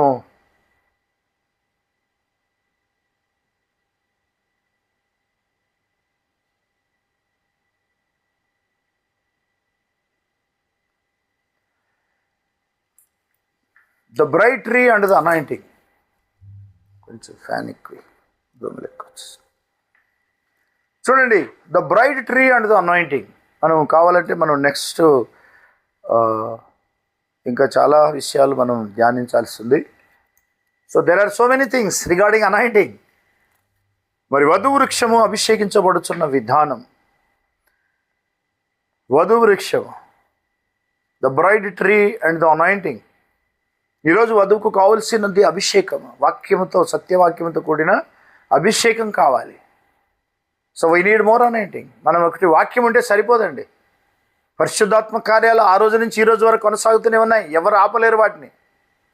అవి ఎప్పుడో ఆగిపోయినవి. అవి సంఘశాఖల గుర్తు అనడానికి నీకు హక్కు లేదు. యేసుక్రీస్తు నిన్న నేడు నిరంతరం ఒకే రీతిగా ఉన్నాడు. అవి ఆగవు. దేవుని కార్యాలు ఎప్పుడూ ఆగవు. ప్రపంచవ్యాప్తం కోట్ల మంది స్వస్థతలు పొందుతూనే ఉన్నారు ప్రార్థనల ద్వారా. అద్భుతాలు జరుగుతూనే ఉన్నాయి, సూచక్రియలు జరుగుతూనే ఉన్నాయి. ప్రభువైన యేసుక్రీస్తు చెప్పాడు, నాకంటే గొప్ప కార్యాలు మీరు చేస్తారని చెప్పాడు. మన ప్రవక్త కూడా చేశాడు ఈ సంఘకాలంలో. అంటే అవి ఆ రోజే ఆగిపోతే మరి ప్రవక్త దగ్గరికి ఎందుకు వచ్చాయి? అలా ఆగిపోవు. దేవుని కార్యాలు ఎప్పుడు ఆగవు, అవి కొనసాగుతూనే ఉంటాయి. దేవుడు నిన్న నేడు నిరంతరం ఒకే రీతిగా ఉన్నాడు. యేసుక్రీస్తు హెబ్రీ 13:8 ప్రకారం ఆయన సేమ్ ఉన్నాడు, మారలేదు. ఆయన కార్యాలు మారు, ఆయన పద్ధతి మారదు. స్థిరంగా ఉన్న దేవుడు. అదే కాన్సెప్ట్, అదే వర్తమానం, అదే బైబిల్, అది మారలేదు. మనుషులు మారచ్చు, వాళ్ళ సిద్ధాంతాలు మారచ్చు, but God's word is same as it is. కాబట్టి ప్రియులారా, ఈరోజు మనము ఆ దినమున, అంటే God has a set time. దేవుడు యెషయా 10:27 చెప్పినట్టుగా ఆ దినమున మీ కాడి విరగొట్టబడను. అంటే ఏ దినము? కాడి విరగొట్టబడే దినం ఒకటి ఉంటుంది. అప్పుడు ఆ రోజు ఏదో ఒక రోజు మనకు మీద కాడి విరిగిపోతుంది. మనం దేవునికి సమీపంగా వస్తే భారం తొలగిపోతుంది. షోల్డర్ మీదనున్న ప్రతి కాడి విరగొట్టబడుతుంది. దేనివల్ల? Because of the anointing. Because of the anointing, మనం అభిషేకించబడినందువల్ల. So we need more anointing. మనం అభిషేకించబడుట అనేది ఇక్కడ సబ్జెక్ట్. కాబట్టి మన కాడి విరిగిపోవాలంటే మనం అభిషేకించబడాలి. అభిషేకించబడాలంటే ఏం చేయాలి? ప్రార్థన జీవితం ఎక్కువ ఉండాలి. వాక్యము, ప్రార్థన రెండు సమానంగా వెళ్ళాలి. God bless you all. దేవుడు మనకు అలాంటి కృపనిచ్చి ఇంకా మనం లోతుగా నడిపించను కాక. ఈ వధు వృక్షము, ఎత్తబడే వధువుకు కావాల్సింది ఏంటంటే వాక్యము, ఆత్మ రెండు కావాలి. వాక్యం ఉన్న చోట ఆత్మ ఉంటుంది. ఆత్మ ఉన్న చోట ఆత్మ ఫలాలు ఉంటాయి. ఆత్మ ఫలాలు ఏంటంటే యేసుక్రీస్తులాగా మార్చడం, ఎత్తబడే దినం కొరకు సిద్ధపరచడం. So that is what behind this. దీని వెనకాల ఉన్నది అదే. మనం అలా మార్చబడుతున్నామా? మార్చబడితే మాత్రం మనం వాక్య ప్రకారం ప్రవర్తిస్తాం, వాక్యం మీద ఆశ పెట్టుకుంటాం, వాక్యం మన జీవితంలో నెరవేరుతుంది. పరిశుద్ధాత్మ చేత నింపబడి నడిపించబడతాం. we will walk a right, holy, anointed way. God bless you. పరిశుద్ధమైన మరి ప్రభు ఆత్మ చేత నడిపించబడే జీవితం మనకు ఉంటుంది. మన సొంత ఆలోచనలు కాలిపోతాయి. దేవుని యొక్క ఆత్మచేత నడిపించబడతాం. కొంతకాలం మన సొంత ఆలోచనలు ఉంటాయి, అవి కాలిపోతాయి. God will burn them with the fire. పరిశుద్ధాత్మ అగ్ని వచ్చిందంటే అన్ని కాల్చేస్తుంది. God bless you all. దేవుడు మేము దీవించిన యొక్క తలలు వంచుదాం. పరిశుద్ధుడైన పరలోకపు తండ్రి, మీకు వందనాలు స్తోత్రాలు చెల్లిస్తున్నాము ప్రభా. ఈ దినమున మీరు కాడిని గురించినటువంటి అవగాహన ఇచ్చినందుకు స్తోత్రము తండ్రి. మీ కాజ్ ఆఫ్ ద అనాయింటింగ్, మీరు అభిషేకించబడినందున మీ కాడి విరగొట్టబడుతుందన్న. అవును తండ్రి, మా మీద ఒక కాడి ఉన్నది, అది విరిగిపోవడానికి అభిషేకం అవసరమైనది. ఒక దినమున తప్పక విరగొట్టబడుతుందన్న నీ వాగ్దానం ఉన్నది కనుక నీకు స్తోత్రం చెల్లిస్తున్నాం. Thank you for breaking the yoke. కాడి విరగొట్టినందుకు నీకు స్తోత్రం. కొత్త నిబంధనలు అపోస్తల కాలం నుండి మొదలుపెట్టి ఇప్పటి వరకు ప్రతి ఒక్కరి జీవితంలో కాడి విరగొడుతున్నందుకు నీకు వందనాలు ప్రభా. మమ్మల్ని మీరు సిద్ధపరచండి, పరిశుద్ధపరచండి, స్వస్థపరచండి, వాక్యానికి అనుకూలపరచండి. ఆత్మ ఫలాలు మాలో ఫలింపజేయండి నాయన. మేము ఫలించేటట్టు మాకు శక్తినివ్వండి. మీరు అక్కడి కొరకు మమ్మల్ని ఒక పరిపూర్ణమైన వాక్యపు వధువుగా, ఆత్మయు జీవము కలిగిన వాక్యము కలిగిన ప్రత్యక్షత గల వాక్యము గల వధువుగా మమ్మల్ని సిద్ధపరచమని యేసుక్రీస్తు నీ నామములో ప్రార్థిస్తున్నాము తండ్రి. ఆమేన్. Thank you. God bless you all. దేవుడు మేము దీవించను గాక. మరి ప్రభు మనకిచ్చిన ఈ సమయాన్ని బట్టి ప్రభుకు వందనాలు. కొంత డిస్టర్బెన్స్ జరిగింది, అయినను గాడ్ ఈజ్ గ్రేట్. ఆ కాడి విరగొట్టబడింది. Praise God. హల్లెలూయా. Pray for me, pray for the ministry, pray for the Bible study. దేవుడు మేము దీవించను గాక. ఆమేన్.